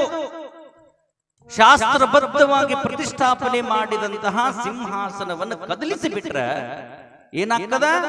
ಅದು ರಾಜನಿಗೆ ಕೇಡು. ಯಾರಿಗೆ ಕೇಡು? ಶಾಸ್ತ್ರಬದ್ಧವಾಗಿ ಪೂಜೆ ಪುನಸ್ಕಾರಗಳನ್ನ ಒಂದು ಸಿದ್ಧಿಯ ಮುಹೂರ್ತದಲ್ಲಿ ಪ್ರತಿಷ್ಠಾಪಿಸಿದಂತಹ ಸಿಂಹಾಸನವನ್ನು ಕದಲಿಸಿ ಬಿಟ್ರೆ ಅದು ರಾಜಾಗ, ಪ್ರಭುಗಳಿಗೆ ಮತ್ತು ಪ್ರಜೆಗಳಿಗೆ ಕೇಡಾಗ್ತದೆ. ಬೇಡ ಬೇಡ ಅಂತ ಏನು ಬಿಜ್ಜಳನಿಗೆ ಕೊಂಡಿ ಮಂಚಣ್ಣ ಹೇಳ್ದ. ಆಗ ಬಿಜ್ಜಳ ಅಂತಾನ, ನೋಡು ಬಸವಣ್ಣನವರು ಓದಿದಂತಹ ಲಿಪಿ ಸತ್ಯನೋ ಸುಳ್ಳು ಅಂತಂದಾಗ ಕೂಡಲೇ ಆಗಿಂದಾಗ ಏನ್ ಮಾಡಿದ್ರು? ಬಳಗವನ್ನ ಕರೆದು ಸಿಂಹಾಸನವನ್ನ ಎತ್ತಿ ಒಂದು ಕಡೆ ಇಟ್ಟರು. ಇಟ್ಟು ಕೂಡಲೇ ಗುದ್ಲಿ ಸನಿಕೆ ತಗೊಂಡು ಬಂದು ಏನ್ ಮಾಡಿದ್ರು? ಸಿಂಹಾಸನದ ಬುಡಕ ಕೆದರಾಕ್ ಶುರು ಮಾಡಿದ್ರು, ಹಡ್ಡಾಕ್ ಶುರು ಮಾಡಿದ್ರು. ಇದು ಕೊಂಡಿ ಮಂಚಣ್ಣ ತಿಂತದ ದೇವರಿಗೆ ಇರಬಾರ್ದಪ್ಪ, ಬಸವಣ್ಣನಿಗೆ ಅಪಮಾನ ಆಗ್ತದ. ಏನತ್ತಿದ್ದ? ಕೆಳಗ ನಿಧಿ ಇರ್ಲಿಲ್ಲ ಅಂತಂದ್ರೆ ಬಸವಣ್ಣನಿಗೆ ಅಪಮಾನ ಆಗ್ತದ. ಬಿಜ್ಜಳ ಮಹಾರಾಜ ಬೈದು ಇವನನ್ನು ಹೊರಗೆ ಕಳಿಸಿ ಬಿಡ್ತಾನ. ಸಿದ್ದರಸನ ಜಾಗಕ್ಕೆ ನಾನ ಕೂತು ಬಿಡ್ತೀನಿ, ಮನಿ ತುಂಬಿಕೊಳಕ್ ಅನುಕೂಲ ಆಗ್ತದ ತಿದು ಅಂತಿದ್ದು. ಆತು ಇರಬಾರ್ದು ಇರಬಾರ್ದು ಇರಬಾರ್ದು ಇರಬಾರ್ದು ಓದ್ತಿದ್ದು ಬೆಡ್ಕೊತಿದ್ದು ದೇವರಿಗೆ. ಯಾವುದು? ಕೊಂಡಿ ಮಂಚಣ್ಣ. ಆಗ ಇಲ್ಲಿ ಇಲ್ಲಿ ಇಲ್ಲಿ ಇಲ್ಲಿ ಇಲ್ಲಿ ಇಲ್ಲಿ ತೆಗ್ಗು ತೆಗೀರಿ, ಇಲ್ಲಿ ತೆಗ್ಗು ತೆಗೀರಿ ಅಂತ ತಿಳ್ಕೊಂಡು ಬಸವಣ್ಣನವರ ಮುಂದೆ ನಿಂತು ಅಲ್ಲಿ ಏನ್ ಮಾಡಿದ್ರು ಅಂತಂದ್ರೆ ತೆಗ್ಗು ತೆಗೆಸಿದ್ರು. ಎಷ್ಟು ಆಳ, ಎಷ್ಟು ತೆಗ್ಗು ಅಂತ ಏನಿತ್ತಲ್ಲ ಅಷ್ಟು ತೆಗೆಯುವುದ್ರೊಳಗ ಒಂದು ಪೆಟ್ಟಿಗೆ ಹತ್ತು ಆ ಪೆಟ್ಟಿಗೆಯನ್ನ ಹಿಂಗ ತಂದು ಮ್ಯಾಗಿಟ್ಟು ಬಿಜ್ಜಳ ಮಹಾರಾಜ ತೆಗೆಯುವುದ್ರೊಳಗ ಹೊನ್ನಿನ ರಾಶಿಯನ್ನ ಕಂಡು ಬಿಜ್ಜಳ ಬಹಳಷ್ಟು ಖುಷಿ ಪಟ್ಟ. ಹೊನ್ನಿನ ರಾಶಿ ಲಕ್ಷ ಲಕ್ಷ ಕೋಟಿ, ಒಂದಲ್ಲ ಎರಡಲ್ಲ, ಏನೋ ಲಕ್ಷ ಲಕ್ಷ ಕೋಟಿ ಹೊನ್ನಿನ ರಾಶಿಯನ್ನ ನೋಡಿ ಬಿಜ್ಜಳ ಬಹಳಷ್ಟು ಸಂತೋಷವನ್ನ ಪಟ್ಟು ಏನ್ ಮಾಡ್ದ ಅಂತಂದ್ರೆ ಬಸವಣ್ಣನವರನ್ನ ಹೋಗಿ ತಪ್ಪಿಕೊಂಡು ಬಹಳಷ್ಟು ಸಂತೋಷದಿಂದ ಮುದ್ದಾಡ್ದ. ಬಿಜ್ಜಳ ಹೇಳುತ್ತಾನೆ ಬಸವಣ್ಣನವರಿಗೆ, ಬಸವಣ್ಣನವರೇ ನಿಮ್ಮಿಂದ ಏನಾಯ್ತು? ಲಕ್ಷ ಲಕ್ಷ ಕೋಟಿ ಸಂಪತ್ತು ನನ್ನ ಇದಕ್ಕೆ ಸಿಕ್ತು. ಇದು ಕೇವಲ ನನ್ನ ಅವಧಿ ಒಳಗಲ್ಲ, ನನ್ನ ಮಕ್ಕಳ ತಿಳಿಯುವರಿಗೂ ಸಹಿತ ಪ್ರಜೆಗಳಿಗೆ ಬಳಸಿದ್ರೂ ಸಹಿತ ಉಳಿಯುವಂತಹ ಸಂಪತ್ತು ಅದು ನಿಮ್ಮಿಂದ ಸಿಕ್ತು. ನನಗೆ ಬಹಳಷ್ಟು ಸಂತೋಷ ಆಗಿದೆ. ಅದಕ್ಕೆ ಈ ಸಂಪತ್ತಿನೊಳಗ ಒಂದು ಭಾಗವನ್ನು ನಾನು ನಿನಗೆ ಕೊಡ್ತೀನಿ. ಯಾರಂದ್ರು? ಬಿಜ್ಜಳ ಮಹಾರಾಜ ಬಸವಣ್ಣನವರಿಗಂತಾನ, ಏನು ಲಕ್ಷ ಲಕ್ಷ ಕೋಟಿ ಹೊನ್ನಿನ ರಾಶಿ ಸಿಕ್ಕದಲ್ಲ, ಇದರಾಗ ಒಂದು ಭಾಗವನ್ನ, ಒಂದು ಭಾಗ ಅಂತಂದ್ರೆ ಲಕ್ಷದಾಗ 25 ರೂಪಾಯಿ, ಒಂದು ಭಾಗವನ್ನ ನಿಮಗೆ ಕೊಡ್ತೀನಿ, ಅದನ್ನ ನೀವು ತಗೋಬೇಕು ಅಂತಂದುಗಳನೆ. ಆಗ ಬಸವಣ್ಣನವರಂತಾರ, ಕೊಡಾಕ ನೀ ಯಾರು, ತಗೊಳಾಕ ನಾ ಯಾರು ಅಂದ. ಏನಂದ? ಕೋಟಿ ಕೋಟಿ ಸಂಪತ್ತು ಅದು ನೀ ಇಟ್ಟಿದ್ದಲ್ಲದು, ನಿನಗಿಂತಲೂ ಪೂರ್ವದಲ್ಲಿ ಆಗಿ ಹೋಗಿರುವಂತಹ ಚಾಲುಕ್ಯ ಅರಸರು ಇಟ್ಟಂತಹ ನಿಧಿ ನಿನಗೆ ಕೊಡಾಕ ಹಕ್ಕಿಲ್ಲ, ನನಗೆ ತಗೊಳಾಕ ಹಕ್ಕಿಲ್ಲ ಅಂದ. ಆಗ ಮತ್ತಂತಾನ, ಆತು ಸಂಪತ್ತನ್ನ ತಗೊಳ್ಳದೇ ಇದ್ರೆ ಏನಾತು? ನಿನ್ನ ಹೆಂಡತಿಗೆ ಪೀತಾಂಬರವನ್ನು ತೆಗೆದುಕೋ ಅಂದುಕೊಳ್ಳನೆ. ಬಸವಣ್ಣ ಹೇಳ್ತಾನ, ಸೀರೆಯೊಳಗ ಒಂದು ದಾರಾನು ಕೂಡ ನನಗೆ ಬೇಡ ಅಂತ. ಹೊನ್ನಿನೊಳಗೊಂದರೆಯ, ಈ ಸಂಪತ್ತಿನೊಳಗ ಒಂದು ದುಡ್ಡು ಕೂಡ ನನಗೆ ಬೇಡ, ಸೀರೆಯೊಂದೆಳೆಯ ಅದು ನನಗೆ ಬೇಡ. ಮತ್ತು ನಿನ್ನ ಮನಿತನಕ್ಕೂ ಒಂದಿಷ್ಟು ದವಸ ಧಾನ್ಯಗಳನ್ನು ಒಯ್ಯಿ ಅಂತಂದ್ರ ಅನ್ನದೊಳಗೊಂದಗಳ ಇಂದಿಗೆ ನಾಳೆಗೆ ಬೇಕೆಂದೆಡೆ ಅಂದರೆ ಅದು ನನಗೆ ಸಲ್ಲದು ಅಂತ ಬಸವಣ್ಣ.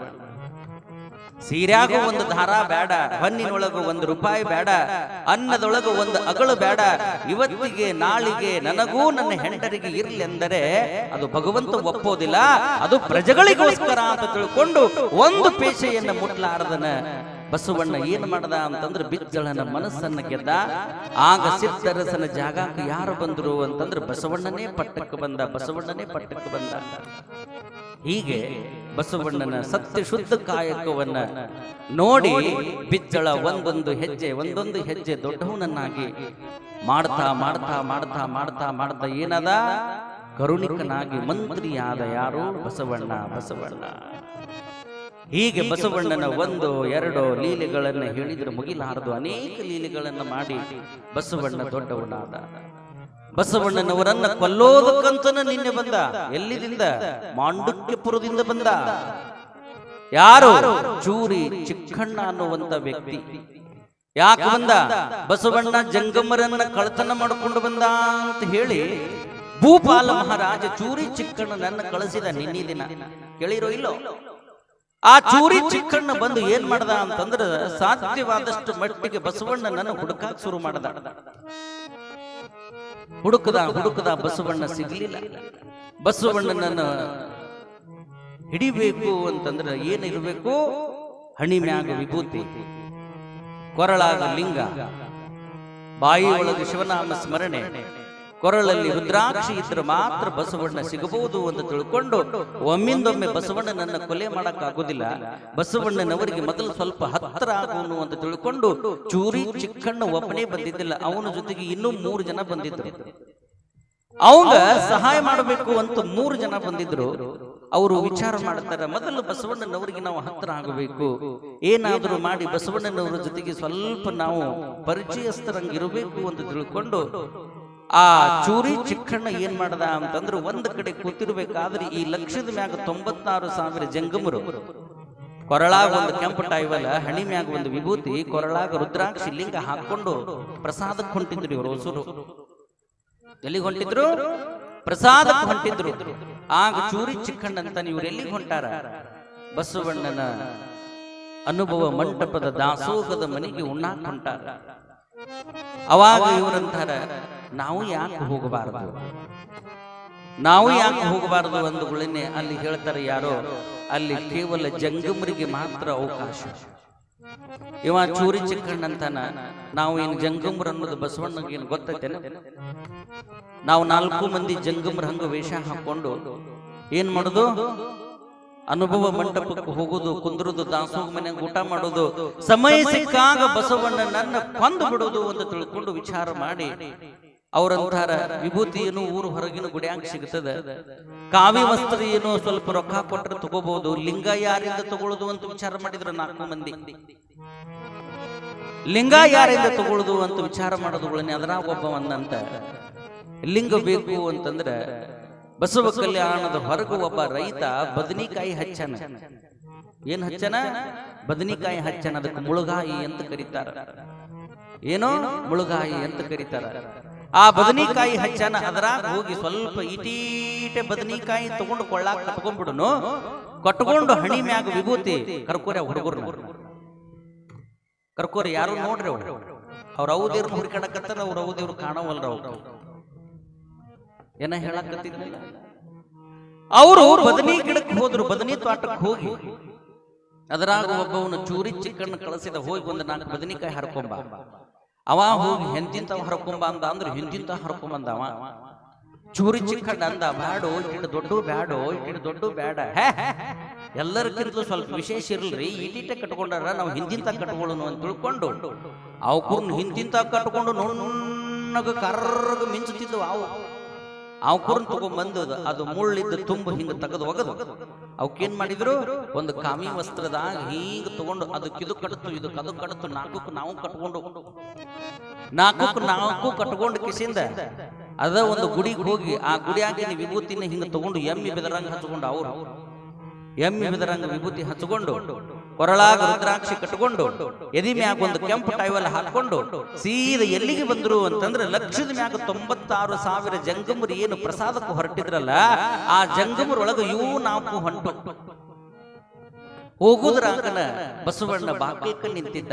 ಎಲ್ಲರಿಗೂ ನಮಸ್ಕಾರ ಮಾಡ್ತಿದ್ದ ಬಸವಣ್ಣನವರು. ಶರಣು ಶರಣಾರ್ಥಿ ಶರಣು ಶರಣಾರ್ಥಿ, ಅವರು ಶರಣು ಶರಣಾರ್ಥಿ ಶರಣು ಶರಣಾರ್ಥಿ ಅಂತಿದ್ರು. ಹೀಗೆ ಎಲ್ಲರೂ ಹೋದ ಬಳಕ ಈ 4 ಮಂದಿ ಹೊಸಬರು ಕಂಡ್ರು ಬಸವಣ್ಣಗೆ ಹೊಸಬು ಕಂಡ್ರು. ಆಗ ಜಂಗಮಾ ಮೂರ್ತಿಗಳಿಗೆ ಶರಣು ಶರಣಾರ್ಥಿ ಎಂದ ಬಸವಣ್ಣ. ಶರಣು ಶರಣಾರ್ಥಿ ಬಸವಣ್ಣನವರೇ, ಯಾವೂರು ನಿಮ್ದು ಅಂದ ಬಸವಣ್ಣ. ಹೇಳಿದ್ರು ಅವ್ರು ಯಾವುದೋ ಒಂದು ಊರ, ಅದು ಗುರ್ತಿಲ್ಲಾರ್ದಂತ ಒಂದು ಊರು ಹೇಳಿದ್ರು. ಅಯ್ಯ ನಿಮ್ಮ ದರ್ಶನಕ್ಕೆ ಬಂದೀವಿ ಅಯ್ಯ, ನಾವು ಕೂಡ ಜಂಗಮರು ಅಂದುಗಳೇನೆ. ಆಗ್ಲಿ ಜಂಗಮಾ ಮೂರ್ತಿಗಳಿಗೆ ಸ್ವಾಗತ, ಹೋಗ್ರಿ ಒಳಗೆ ಹೋಗಿ ಪ್ರಸಾದ ಮಾಡ್ರಿ ಅಂದುಗಳೇನೆ. ಗೆದ್ವೇಳೆ ಅಂದ್ರೆ ಮಕ್ಕಳವರು ಗೆದ್ವೇಳೆ ಅಂದು ಕಿಸಿಂದ ಒಳಗೆ ಹೋಗಿ ಕೂತಿದ್ರಂತ ಬಸವಣ್ಣನಿಗೆ ನಾವು ಪರಿಚಯ ಆದ್ವಿ. ಬಸವಣ್ಣನವರು ಅವಾಗ ಅವರನ್ನು ಮಾತಾಡಿಸ್ತಾರ, ನೀವು ಯಾರು ಏನು ಅಂತಂದುಗಳೇನೆ. ಎಲ್ಲಾನು ಒಳಗೆ ಹೋಗಿ ಹಿಂಗ ಕುಂತರು 4 ಮಂದಿ ಕುಂತು ಅಂದ್ರಂತವ್ರು. ಎಲ್ಲವನ್ನ ನೋಡಿ ಇನ್ನೇನು ಗಂಗಾಳ ತಂದಿಟ್ರು, ಗಂಗಾಳದಾಗ ಎಲ್ಲಾ ಎಡಿ ನೀಡಿದ್ರು, ಇನ್ನೇನು ಕೈ ಹಾಕಿ ಊಟ ಮಾಡಬೇಕು ಅನ್ನೋದ್ರಾಗನ ಅಲ್ಲಿ ಏನಾಯ್ತು ಅಂತಂದ್ರೆ ಬಸವಣ್ಣನವರು ಮತ್ತ ಅದ ದಾರಿ ಗುಂಟ ಬರಾಕತ್ತರು. ಇವರು 4 ಮಂದಿ ಚೂಟಾಕತ್ತರು. ಬಸವಣ್ಣ ಇದ ದಾರಿಗೆ ಬಂದಲ್ಲಿ ಮತ್ತ ಇದ ದಾರಿಗೆ ಬಂದ ಅನ್ನೋದ್ರಾಗನ ಮುಂದಕ್ಕೆ ಹೊಕ್ಕಾರ ಬಿಡು ಅಂತ ತಿಳ್ಕೊಂಡು ಅನ್ಕೋಂತ ಕುಂತಿದ್ರು. ಬಸವಣ್ಣನವರು ಸೀದಾ ಬಂದು ಯಾರ ಮುಂದೆ ನಿಂತರು ಅಂತಂದ್ರೆ ಯಾರು ಹಿಂತಿಂತ ಬದನಿಕಾಯಿ ಹಾಕೊಂಡಿದ್ರಲ್ಲ ಅವ್ರ ಮುಂದೆ ನಿಂತರು ಅವರು. ಅವಾಗ ಮತ್ತೆ ಬಸವಣ್ಣನವರು ಅಂತಾರ, ನೀವು ಯಾವ್ರ ಜಂಗಮರು ಅಂತ ಕೇಳಿದ್ರು. ಮತ್ತೆ ಅಗಳೇ ಹೇಳಿದ್ರಲ್ಲ ಅದ ದೂರ ಅಂತ ಊರು ಹೇಳಿದ್ರು, ನಿಮ್ಮನ್ನ ನೋಡಿದ್ರೆ ಬಹಳ ಸಂತೋಷ ಆಗಕತ್ತದ ನನಗ ಅಂದ ಬಸವಣ್ಣ. ಯಾಕ್ರಿ ಅಂದ, ಲಕ್ಷದ ಮ್ಯಾಗ 96,000 ಜಂಗಮರು ಕೊರಳಾಗ ಈಟೀಟ ಲಿಂಗದಾವ್, ಆದ್ರೆ ನಿಮ್ಮ ಕೊರಳಾಗ ಇಂಥ ಲಿಂಗದಾವ್. ಅಂತ ಲಿಂಗೈನನ್ನ ನಾ ಎಂದೂ ಕೂಡ ನೋಡೇ ಇಲ್ಲ. ಸ್ವಲ್ಪ ಒಬ್ರು 4 ಜನ ಬಿಚ್ಚಿ ತೋರಿಸಿದ್ರೆ ಆ ಲಿಂಗೈನನ್ನ ದರ್ಶನ ಮಾಡಿ ನನ್ನ ಜನ್ಮವನ್ನ ಪಾವನ ಮಾಡ್ಕೋತೀನಿ ಅಂದ ಬಸವಣ್ಣ. ಅವಾಗ ಇವ ಚೂರಿ ಚಿಕ್ಕಣ್ಣ ಅಂದಂತ ಈ ಮಗು ಹೇಳ್ದೆ, ನಾ ಈಟೀಟ ತಗೊಂಬಾರು ಅಂತ ಹೇಳಿದ್ರೆ ಹಿಂದಿಂತ ತಗೊಂಬಂದ. ಅವಕೂರ್ನ ಬಿಚ್ಚಿ ತೋರಿಸು ಅಂತ ಬಸವಣ್ಣ ಅನ್ನಕತ್ತಾನ. ಇನ್ನು ಬಿಚ್ಚಿ ತೋರಿಸಿದ್ರೆ ನಮ್ಮನ್ನ ಬಿಟ್ಟಾಣ ಬಸವಣ್ಣ. ಜಾತಿಯಿಂದ ನಾವು ಜಂಗಮರು ಅಲ್ಲ, ಗುರು ಕೊಟ್ಟು ಲಿಂಗಾನೂ ಇಲ್ಲ, ಬದನಿಕಾಯಿ ಹಾಕೊಂಡ್ ಬಂದೀವಿ, ನಮ್ಮನ್ನು ಓಡಾಡಿಸಿ ಹೊಡಿತಾನ ಬಸವಣ್ಣ ಅಂತ ತಿಳ್ಕೊಂಡು ಆತ ಯಾವ ತಂದಿದ್ದ ಅವಂಗ ಬಿಚ್ಚು ಅಂತ ಅನ್ನೋದ್ರಾಗನ ಅಂಜುಕೋತ ಕೊರಳಾಗ ಕಟ್ಟಿದ ಕಾವಿ ವಸ್ತ್ರವನ್ನ ಹೀಗ ಬಿಚ್ಚಿ ನೋಡುವುದ್ರಾಗ ಬಸವಣ್ಣನ ದೃಷ್ಟಿ ಆ ಬದನಿಕಾಯಿ ಮ್ಯಾಗ ಬಿದ್ದಿತ್ತಲ್ಲ. ಹಿಂಗ ಬಿಚ್ಚಿ ನೋಡುವುದ್ರಾಗ ಬದನಿಕಾಯಿ ಹೋಗಿ ಲಿಂಗವೇ ಆಗಿ ಹೋಗಿಬಿಟ್ಟಿತ್ತ. ಆಗ ಆ ಚೂರಿ ಚಿಕ್ಕಣ್ಣ ಅನ್ನಂತ, ಯಪ್ಪ ಎಂತಹ ಪುಣ್ಯಾತ್ಮಪ್ಪ ನೀನು. ನಾವು ಹಾಕೊಂಡು ಬಂದಿದ್ದು ಬದನಿಕಾಯಿ, ಆದ್ರೆ ನಿನ್ನ ದೃಷ್ಟಿ ಅದರ ಮ್ಯಾಗ ಬಿದ್ದ ತಕ್ಷಣ ಅದು ಬದನಿಕಾಯಿ ಹೋಗಿ ಲಿಂಗ ಆಗ್ಯದ ಅಂತಂದ್ರೆ ಸಾಮಾನ್ಯ ಮನುಷ್ಯನಲ್ಲಪ್ಪ, ಸಾಕ್ಷಾತ್ ಶಿವನ ಅವತಾರ ಅದೇ ಎಂದು ತಿಳ್ಕೊಂಡು ಬಸವಣ್ಣನವರ ಪಾದಕ್ಕೆ ನಮಸ್ಕಾರ ಮಾಡಿ ಚೂರಿ ಚಿಕ್ಕಣ್ಣ ಎದಕ್ಕೆ ಬಂದಿದ್ದ ಅದನ್ನ ಬಿಟ್ಟು ಚೂರಿ ಚಿಕ್ಕಯ್ಯ ಶರಣನಾಗಿ ಹೋದಂತ. ಚೂರಿ ಚಿಕ್ಕಯ್ಯ ಶರಣನಾಗಿ ಹೋದಂತ. ಗುರು ಬಸವ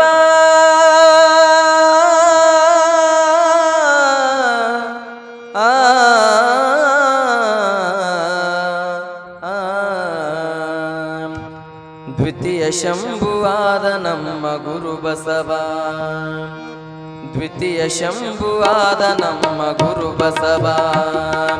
ಕಲ್ಯಾಣಪುರವ ಸೇರಿದ ಹರ ಬಸವ, ಕಲ್ಯಾಣಪುರವ ಸೇರಿದ ಗುರು ಬಸವ. ದ್ವಿತೀಯ ಶಂಭುವಾದ ನಮ್ಮ ಗುರು ಬಸವ, ದ್ವಿತೀಯ ಶಂಭುವಾದ ನಮ್ಮ ಗುರು ಬಸವ. ಹರ ಬಸವ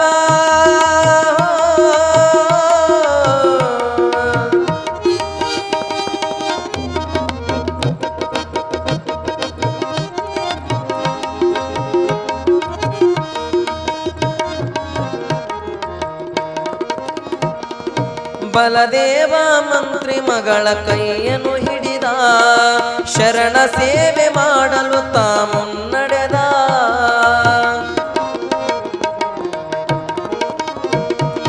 ಬಲದೇವ ಮಂತ್ರಿ ಮಗಳ ಕೈಯನ್ನು ಹಿಡಿದ, ಶರಣ ಸೇವೆ ಮಾಡಲು ತಾ ಮುನ್ನಡೆದ. ಶ್ರೇಷ್ಠ ಭಕ್ತನೆಂದು ತಾ ಪಡೆದ ಶ್ರೇಷ್ಠ ಭಕ್ತನಾದುತ್ತ ಕೀರ್ತಿಯ ಪಡೆದ ಶಕ್ತಿಯೊಳಗೆ ಜಗದೊಡೆಯನ ಪರಶಿವನ ಮೀರಿಸಿದ ದ್ವಿತೀಯ ಶಂಭುವಾದ ನಮ್ಮ ಗುರು ಬಸವ ದ್ವಿತೀಯ ಶಂಭುವಾದ ನಮ್ಮ ಗುರು ಬಸವ ಹರ ಬಸವ ದ್ವಿತೀಯ ಶಂಭುವಾದ ನಮ್ಮ ಗುರು ಬಸವ ಅನ್ನುವಂಥ ಗೀತೆಯನ್ನ ಅದ್ಭುತವಾಗಿ ಹಾಡಿದಂಥ ಕಲಾವಿದರಿಗೆ ಮತ್ತೊಮ್ಮೆ ನಿಮ್ಮೆಲ್ಲರ ಜೋರಾದ ಚಪ್ಪಾಳೆಯನ್ನು ತಟ್ಟಿ ಅಭಿನಂದನೆಗಳನ್ನು ಸಲ್ಲಿಸಬೇಕು. ಹೀಗೆ ಬಸವಣ್ಣನವರು ದ್ವಿತೀಯ ಶಂಭುವಾದರು, ಕಲ್ಯಾಣವನ್ನ ಪವಿತ್ರವನ್ನಾಗಿ ಮಾಡಿದರು. ಇದನ್ನೆಲ್ಲವನ್ನ ನೋಡುವಂತಹ ಲಿಂಗಮ್ಮ ಬಹಳಷ್ಟು ಸಂತೋಷವನ್ನ ಪಟ್ಟಳು. ಇಂತಹ ಕಲ್ಯಾಣವನ್ನ ನೋಡಿದ ನಾನೇ ಧನ್ಯ, ನನ್ನ ಕಣ್ಣುಗಳೇ ಪಾವನವಾದವು ಅಂತ ತಿಳ್ಕೊಂಡು ಲಿಂಗಮ್ಮ ಏನು ಮಾಡಿದ್ಲು ಅಂತಂದ್ರೆ ಮಹಾದೇವಿ ಎನ್ನುವಂತಹ ಬಡವಿಯ ಮನೆ ಒಳಗಿದ್ಲು. ಆ ಮಹಾದೇವಿ ಮನೆ ಒಳಗಿನಿಂದ ಹೋಗೋದು, ಅನುಭವ ಮಂಟಪದಲ್ಲಿ ಕುತ್ಕೊಳ್ಳೋದು, ಅನುಭವ ಮಂಟಪದೊಳಗ ಎಲ್ಲವನ್ನ ನೋಡಿ ಆನಂದದಿಂದ ಬರೋದು, ಮತ್ತು ಮಹಾದೇವಿ ಮನೆ ಒಳಗ ತ್ರಿಕಾಲ ಪೂಜೆಯನ್ನ ಮಾಡ್ತಾ ಸಾಧು ಸಜ್ಜನರ ಸೇವೆಯೊಳಗ ನಿರತಳಾದ್ಲು. ಯಾರು? ಲಿಂಗಮ್ಮ. ಆಗ ಒಮ್ಮೆ ಏನ್ ಮಾಡಿದ್ಲು ಅಂತಂದ್ರೆ ಬಡವಿಯ ಬಡತನ ದೂರ ಮಾಡಬೇಕು ಅಂತ ತಿಳ್ಕೊಂಡು ಲಿಂಗಮ್ಮ ಜಳಕ ಮಾಡಿ ಅಂಗೈ ಒಳಗ ಲಿಂಗವನ್ನ ಹಿಡ್ಕೊಂಡು ಕೂತ್ಲು. ಈ ಬಡವಿ ಲಿಂಗ ಪೂಜಾ ಮುಗಿಯುವುದ್ರಾಗ ಲಿಂಗಮ್ಮನಿಗೆ ಪ್ರಸಾದವನ್ನು ತಯಾರಿಸಬೇಕು ಅಂತ ಹೇಳಿ ಅಡಿಗೆ ಮನೆ ಒಳಗ ಪ್ರಸಾದವನ್ನ ಮಾಡುತ್ತಿದ್ಲು. ಅರ್ಧ ತಾಸಾದ ಮ್ಯಾಗ ಬಂದು ನೋಡಿದ್ರೆ ಲಿಂಗಮ್ಮ ಏನು ಲಿಂಗವನ್ನು ಹಿಡ್ಕೊಂಡು ಕೂತ್ಕೊಂಡಿದ್ಲಲ್ಲ, ಅಷ್ಟು ಹೊನ್ನಿನ ರಾಶಿಯನ್ನ ಸೃಷ್ಟಿ ಮಾಡಿ ಲಿಂಗಮ್ಮ ಮಾಯವಾಗಿ ಹೋಗಿದ್ಲಂತ. ಬಹಳಷ್ಟು ಸಂತೋಷವನ್ನು ಪಟ್ಲು. ಈಕೆ ಬಂದಿರುವಂತವಳು ಸಾಕ್ಷಾತ್ ಪಾರ್ವತಿಯ ಅವತಾರ.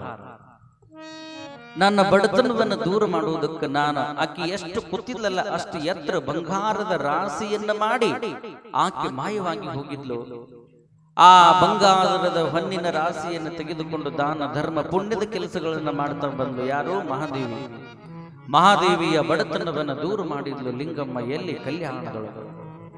ಆಕೆ ಹುಡುಕಾಡಕತ್ಲು, ಎಲ್ಲಿ ಹೋದ್ಲು ಲಿಂಗಮ್ಮ, ಎಲ್ಲಿ ಹೋದ್ಲು ಅನ್ನೋದ್ರಾಗ ಒಂದು ಸರಿ ಓಣಿ ಒಳಗೆ ಒಂದು ಹುಡುಕೋತ ಬಂದು ಯಾರಿಗೂ ಏನೋ ಹೇಳಕತ್ತಿದ್ದ. ಏನ್ ಹೇಳ್ತಿದ್ದ ಅಂತಂದ್ರೆ, ನನ್ನ ದನಗಳು ಕಳ್ಕೊಂಡಿತ್ತು, ಆ ದನಗಳನ್ನ ಹುಡುಕಿಕೊಂಡು ಬರಾಕ ಹೋದಾಗ ತ್ರಿಪುರಾಂತ ಅನ್ನುವಂತಹದ್ದು ಒಂದು ಕೆರೆಯದ. ಬಸವ ಕಲ್ಯಾಣ ಏನದ? ತ್ರಿಪುರಾಂತ ಅನ್ನುವಂತಹ ಒಂದು ಕೆರೆಯದ. ಆ ಕೆರೆಯ ಸಮೀಪಕ್ಕೆ ಮೊದಲು ದಟ್ಟವಾದ ಕಾಡು ಏನಿತ್ತು? ದಟ್ಟವಾದ ಕಾಡಿತ್ತು. ಆ ಕಾಡಿನೊಳಗೆ ನನ್ನ ದನಗಳು ಕಳ್ಕೊಂಡಾವು ಅಂತ ನಾನು ಹುಡುಕಾಡಿಕೊಂಡು ಬರುವುದರಾಗ ಅಲ್ಲಿ ಒಬ್ಬರು ಯಾರೋ ಬಿಳಿ ಸೀರೆ ಉಟ್ಟುಕೊಂಡು ಶರಣಮ್ಮನವರು ಕುಂತಿದ್ರು ಅಂತ ತಿಳ್ಕೊಂಡು ಹೇಳ್ತಿದ್ದ. ಆ ಹೇಳೋದು ಯಾರ ಕಿವಿಗೆ ಬಿತ್ತು ಅಂತಂದ್ರೆ ಮಹಾದೇವಿ ಕಿವಿಗೆ ಬಿತ್ತು. ಆ ಮಹಾದೇವಿ ಹೋಗಿ ಕೇಳಿದ್ಲಂತ, ಯಾರವರು? ಯಾರೋ ಗೊತ್ತಿಲ್ಲ, ಅದು ಏನು ಭೂತದೋ ಏನು ಮನುಷ್ಯರದರ ಗೊತ್ತಿಲ್ಲ, ಹಿಂಗ ಕೂದಲನ್ನ ಹರಿವಿಕೊಂಡು ಬಿಳಿ ಸೀರೆಯನ್ನ ಉಟ್ಟುಕೊಂಡು ಹಿಂಗ ಒಂದು ಗಿಡದ ಬುಡಕು ಯಾರೋ ಒಬ್ಬರು ಹೆಣ್ಮಗಳು ಕುಂತಿದ್ಲು.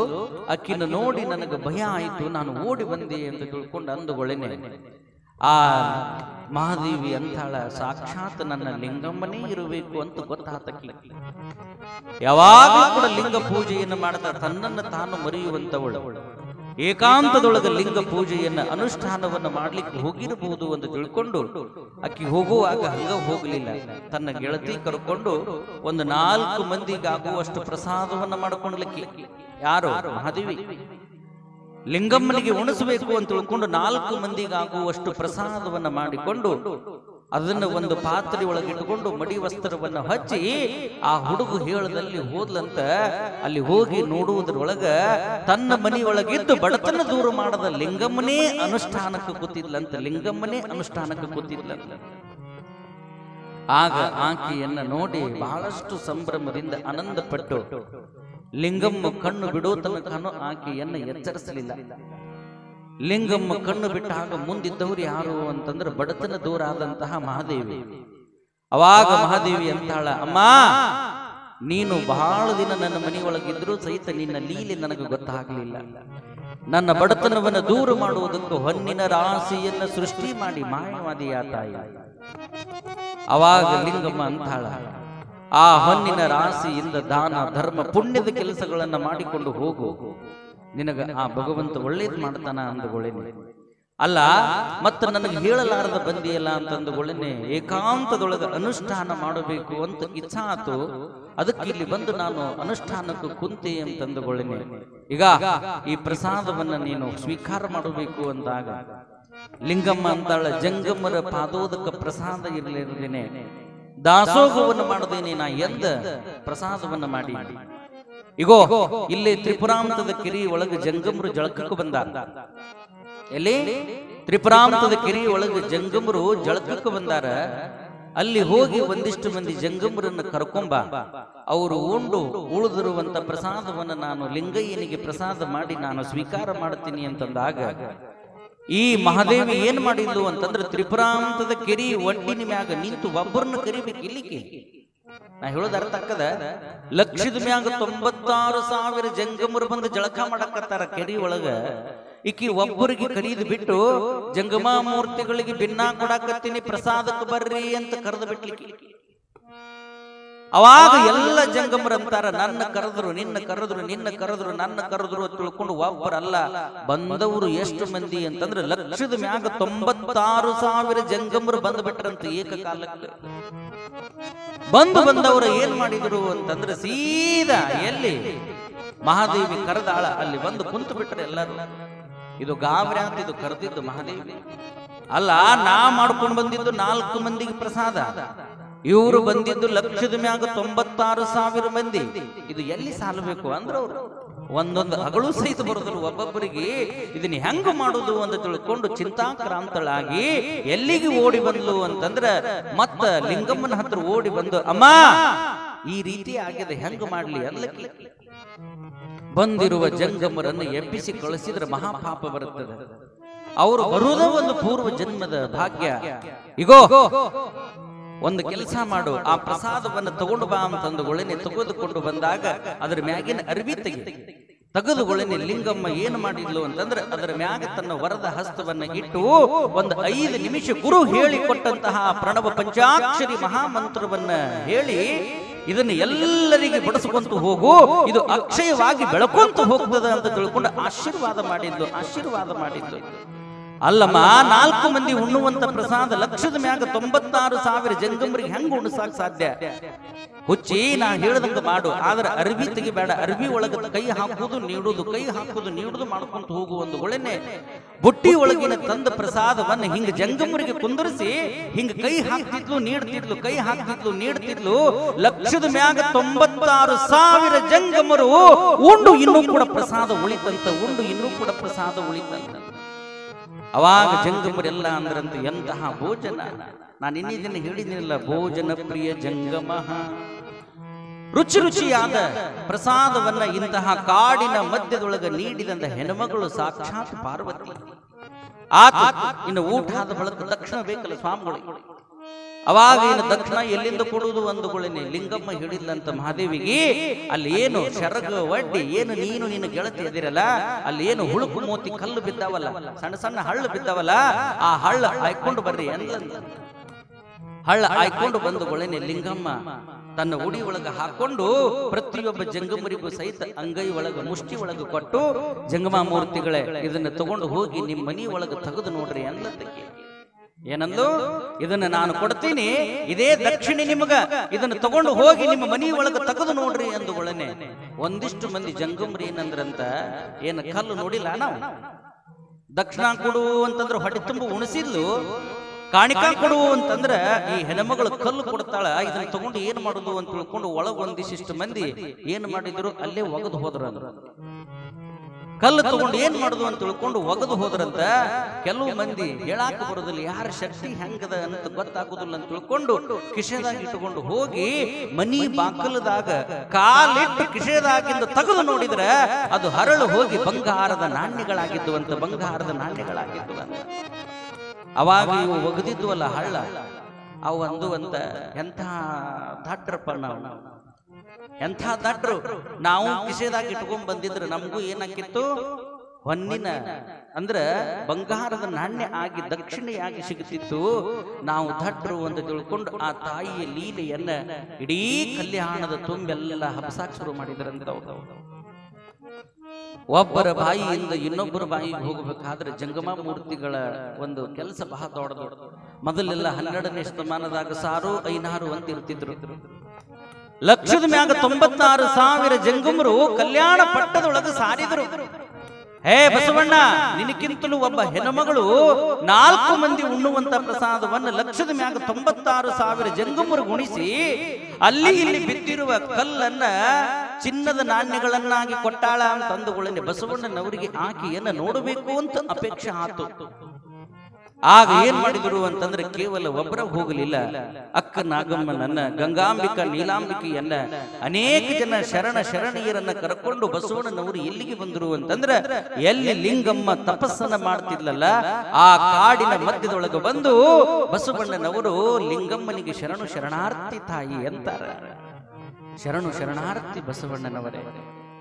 ಆಗ ಆ ಲಿಂಗಮ್ಮನ ಜೊತೆಗೆ ಅನೇಕ ವಿಚಾರಗಳನ್ನ ಮಾತಾಡಿ, ನೀನು ಸಾಕ್ಷಾತ್ ಪಾರ್ವತಿ, ನಿನ್ನ ಲೀಲೆ ಇಡೀ ಕಲ್ಯಾಣದ ಪಟ್ಟಣದೊಳಗ ಪೂರ್ವ ಪಶ್ಚಿಮ ಉತ್ತರ ದಕ್ಷಿಣ 4 ದಿಕ್ಕುಗಳಲ್ಲಿ ಹಬ್ಬಿ ಹೋಗ್ಯದ. 4 ಜನ ಉಣ್ಣುವಂತಹ ಪ್ರಸಾದವನ್ನ ಲಕ್ಷದ ಮ್ಯಾಗ 96,000 ಜಂಗಮರಿಗೆ ಉಣಿಸಿ ಅಲ್ಲಿ ಇಲ್ಲಿ ಬಿದ್ದಿರುವಂತಹ ಕರಲನ್ನ ಚಿನ್ನದ ನಾಣ್ಯಗಳನ್ನಾಗಿ ಕೊಟ್ಟಂತಹ ನಿನ್ನ ಲೀಲೆ ಅದು ಅಗಮ್ಯ ಅಗೋಚರ ಅಪ್ರತಿಮ. ತಾಯಿ, ನೀ ಬಂದು ನನ್ನ ಅನುಭವ ಮಂಟಪದೊಳಗ ಪಾದವನ್ನ ಹಾಕಿ ನನ್ನ ಅನುಭವ ಮಂಟಪವನ್ನ ಪವಿತ್ರವನ್ನಾಗಿ ಮಾಡಬಾ ಅಂತ ತಿಳ್ಕೊಂಡು ಲಿಂಗಮ್ಮನನ್ನ ಭವ್ಯವಾಗಿ ವಾದ್ಯ ವೈಭವ ಪೂರ್ಣ ಕುಂಭದೊಂದಿಗೆ ಎಲ್ಲಿಗೆ ಕರ್ಕೊಂಡು ಬಂದ್ರು ಅಂತಂದ್ರೆ ಅನುಭವ ಮಂಟಪಕ್ಕೆ ಕರ್ಕೊಂಡ್ ಬರ್ತಾರ. ಅನುಭವ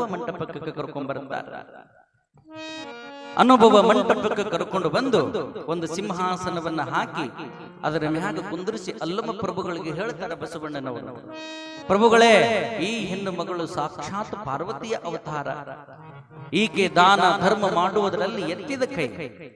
ಅನೇಕ ರೋಗಿಗಳನ್ನು ನಿರೋಗಿಗಳನ್ನಾಗಿ ಮಾಡಿದ ಕೀರ್ತಿ ಈಕೆಗೆ ಸಲ್ಲುತ್ತದೆ. ಈಕೆಗೆ ನೀವು ಆಶೀರ್ವಾದಿಸಬೇಕು ಅಂತಂದಾಗ ಶೂನ್ಯ ಪೀಠದ ಮೇಲೆ ಕುಳಿತಿರುವಂತಹ ಅಲ್ಲಮ ಪ್ರಭುಗಳು ತೆಳಗಿಳಿದು ಬಂದು ಆಕೆಗೆ ಪೀತಾಂಬರವನ್ನ ಹಚ್ಚಿ ಹೂಮಾಲೆಯನ್ನ ಹಾಕಿ ಎಲ್ಲರೂ ಜೈಘೋಷವನ್ನ ಮಾಡ್ತಾ ಇರಬೇಕಾದ್ರೆ ಅಲ್ಲಮ ಪ್ರಭುಗಳು ಹೇಳ್ತಾರೆ, 4 ಜನ ಉಣ್ಣುವಂತಹ ಪ್ರಸಾದವನ್ನ ಲಕ್ಷದ ಮ್ಯಾಗ 96,000 ಜಂಗಮ ಗಣಗಳಿಗೆ ಉಣಿಸಿದ ನಿನ್ನ ಕೀರ್ತಿ ದಶ ದಿಕ್ಕುಗಳಲ್ಲಿ ಹತ್ತಲಿ. ಕಲ್ಲನ್ನ ರತ್ನದ ಹರಳುಗಳನ್ನಾಗಿ ಮಾಡಿದ ನಿನ್ನ ಕೀರ್ತಿ ಅದು ಜಗಜ್ಜಾಗಿರ ಆಗ್ಲಿ. ಇನ್ನು ಮುಂದೆ ನೀನು ಲಿಂಗಮ್ಮಳಲ್ಲ, ದಾನಶೂರ, ದಾನ ಮಾಡಿದ ದಾನಮ್ಮಳಾಗು ಅಂತ ತಿಳ್ಕೊಂಡು ಆಶೀರ್ವಾದವನ್ನ ಮಾಡಿದರು ಎಲ್ಲ ಶರಣೀಯರು. ಏನು ಮಾಡಿದರು? ನೀನು ಇನ್ನು ಮುಂದೆ ದಾನಮ್ಮಳಾಗು ಅಂತ ತಿಳ್ಕೊಂಡು ಆಶೀರ್ವಾದ ಮಾಡಿದಾಗ ಲಿಂಗಮ್ಮ ಹೋಗಿ ದಾನಮ್ಮಳಾದ್ಲು. ಅರ್ಥ ಇಲ್ಲ? ಈಗ ಲಿಂಗಮ್ಮ ಹೋಗಿ ದಾನಮ್ಮಳಾದ್ಲು. ಅದು ಯಾರಿಂದ ಅಂತ ಕೇಳಿದ್ರ ಅಲ್ಲಮ ಪ್ರಭುವಿನ ಆಶೀರ್ವಾದದಿಂದ. ಆಗ ಲಿಂಗಮ್ಮ ಹೋಗಿ ದಾನಮ್ಮಳಾದ್ಲು. ಆ ದಾನಮ್ಮ ಎಲ್ಲ ಶರಣೀಯರ ಬಳಗದೊಳಗ ಆನಂದದಿಂದ ಸ್ವಲ್ಪ ದಿನಗಳು ಇದ್ದು ಅಲ್ಲಿಯ ಅನುಭವವನ್ನ, ತನ್ನ ಜ್ಞಾನ ಮಟ್ಟವನ್ನ ಹೆಚ್ಚಿಗೆ ಮಾಡಿಕೊಂಡು ಆಕೆ ಎಲ್ಲ ಶರಣರಿಗೆ ಮತ್ತೊಮ್ಮೆ ಶರಣಾರ್ಥಿಗಳನ್ನ ಹೇಳಿ, ನನ್ನ ತಂದೆ ತಾಯಿ ನನ್ನ ಸಲುವಾಗಿ ಬಹಳಷ್ಟು ದುಃಖ ಮಾಡ್ಲಿಕ್ಕತ್ತಾರ, ನಾನು ಇನ್ನು ನನ್ನ ಊರಿಗೆ ಹೋಗ್ತೀನಿ, ನೀವು ನಾ ಯಾವಾಗ ಹೇಳಿ ಕಳಿಸ್ತೀನಿ ಆಗ ನನ್ನ ಮದುವೆಗೆ, ಎಲ್ಲಿಗೆ? ನನ್ನ ಮದುವೆಗೆ ಎಲ್ಲ ಶರಣೀಯರೆಲ್ಲರೂ ಕೂಡ ಬಂದು ನನ್ನ ಮದುವೆಯೊಳಗೆ ಪಾಲ್ಗೊಂಡು ಆಶೀರ್ವದಿಸಿ ಹೋಗಬೇಕು ಅಂತ ತಿಳ್ಕೊಂಡು ಭಿನ್ನಹವನ್ನ ನೀಡಿ ಕಲ್ಯಾಣದಿಂದ ಮತ್ತೆ ಎಲ್ಲಿಗೆ ಬಂದ್ಲು ಅಂತಂದ್ರೆ ಮುಪ್ಪಾನ ಮುದುಕಿಯಾಗಿ ಲಿಂಗಮ್ಮ ಉಮರಾಣಿ ಗ್ರಾಮಕ್ಕೆ ಬರ್ತಾಳೆ. ಉಮರಾಣಿ ಗ್ರಾಮಕ್ಕೆ ಬಂದಾಗ ಉಮರಾಣಿ ಗ್ರಾಮ ಏನು ಗುಲ್ಲ ಎಬ್ಬಿಸಿತ್ತು? ಲಿಂಗಮ್ಮ ಯಾರ್ದೋ ಜೊತೆಗೆ ಓಡಿ ಹೋಗ್ಯಾಳ ಅಂತ ಏನು ಹಬ್ಬಿಸಿತ್ತಲ್ಲ. ಅವ್ರು ಏನಾದ್ರು ಲಿಂಗಮ್ಮ ಯಾವ ರೀತಿ ಅವರಿಗೆ ಬುದ್ಧಿ ಕಲಿಸಿದ್ಲು, ಯಾವ ರೀತಿ ಲಿಂಗಮ್ಮ ತಂದೆ ತಾಯಿಯ ಮಾತಿಗೆ ಒಪ್ಪಿ ಮದುವೆ ಆಗಾಕ ಒಪ್ಪಗೊಂಡ್ಲು, ಯಾವೂರಿನ ವರ ಬಂದು ಲಿಂಗಮ್ಮ ಅಂದ್ರೆ ದಾನಮ್ಮಳನ್ನ ಮದುವೆ ಆಗ್ತಾನ, ಆ ಮದುವೆಯನ್ನ ಎಲ್ಲಿ ಮಾಡಿಕೊಡ್ತಾರ, ಯಾವೂರಾಗ ಮಾಡಿಕೊಡ್ತಾರ, ಯಾರು ಮಾಡಿಕೊಡ್ತಾರ, ಕೇವಲ ದಾನಮ್ಮ ಒಂದ ಮದುವೆ ಆದ್ಲೋ ಏನ ತನ್ನ ಮದುವೆ ಜೊತೆಗೆ ಎಷ್ಟು ಸಾಮೂಹಿಕ ವಿವಾಹವನ್ನ ಮಾಡಿಸಿಕೊಡ್ಲು ಅಂತಕ್ಕಂಥದ್ದು ಅದು ನಾಳಿನ ಪುರಾಣದೊಳಗೆ ಬರ್ತದೆ.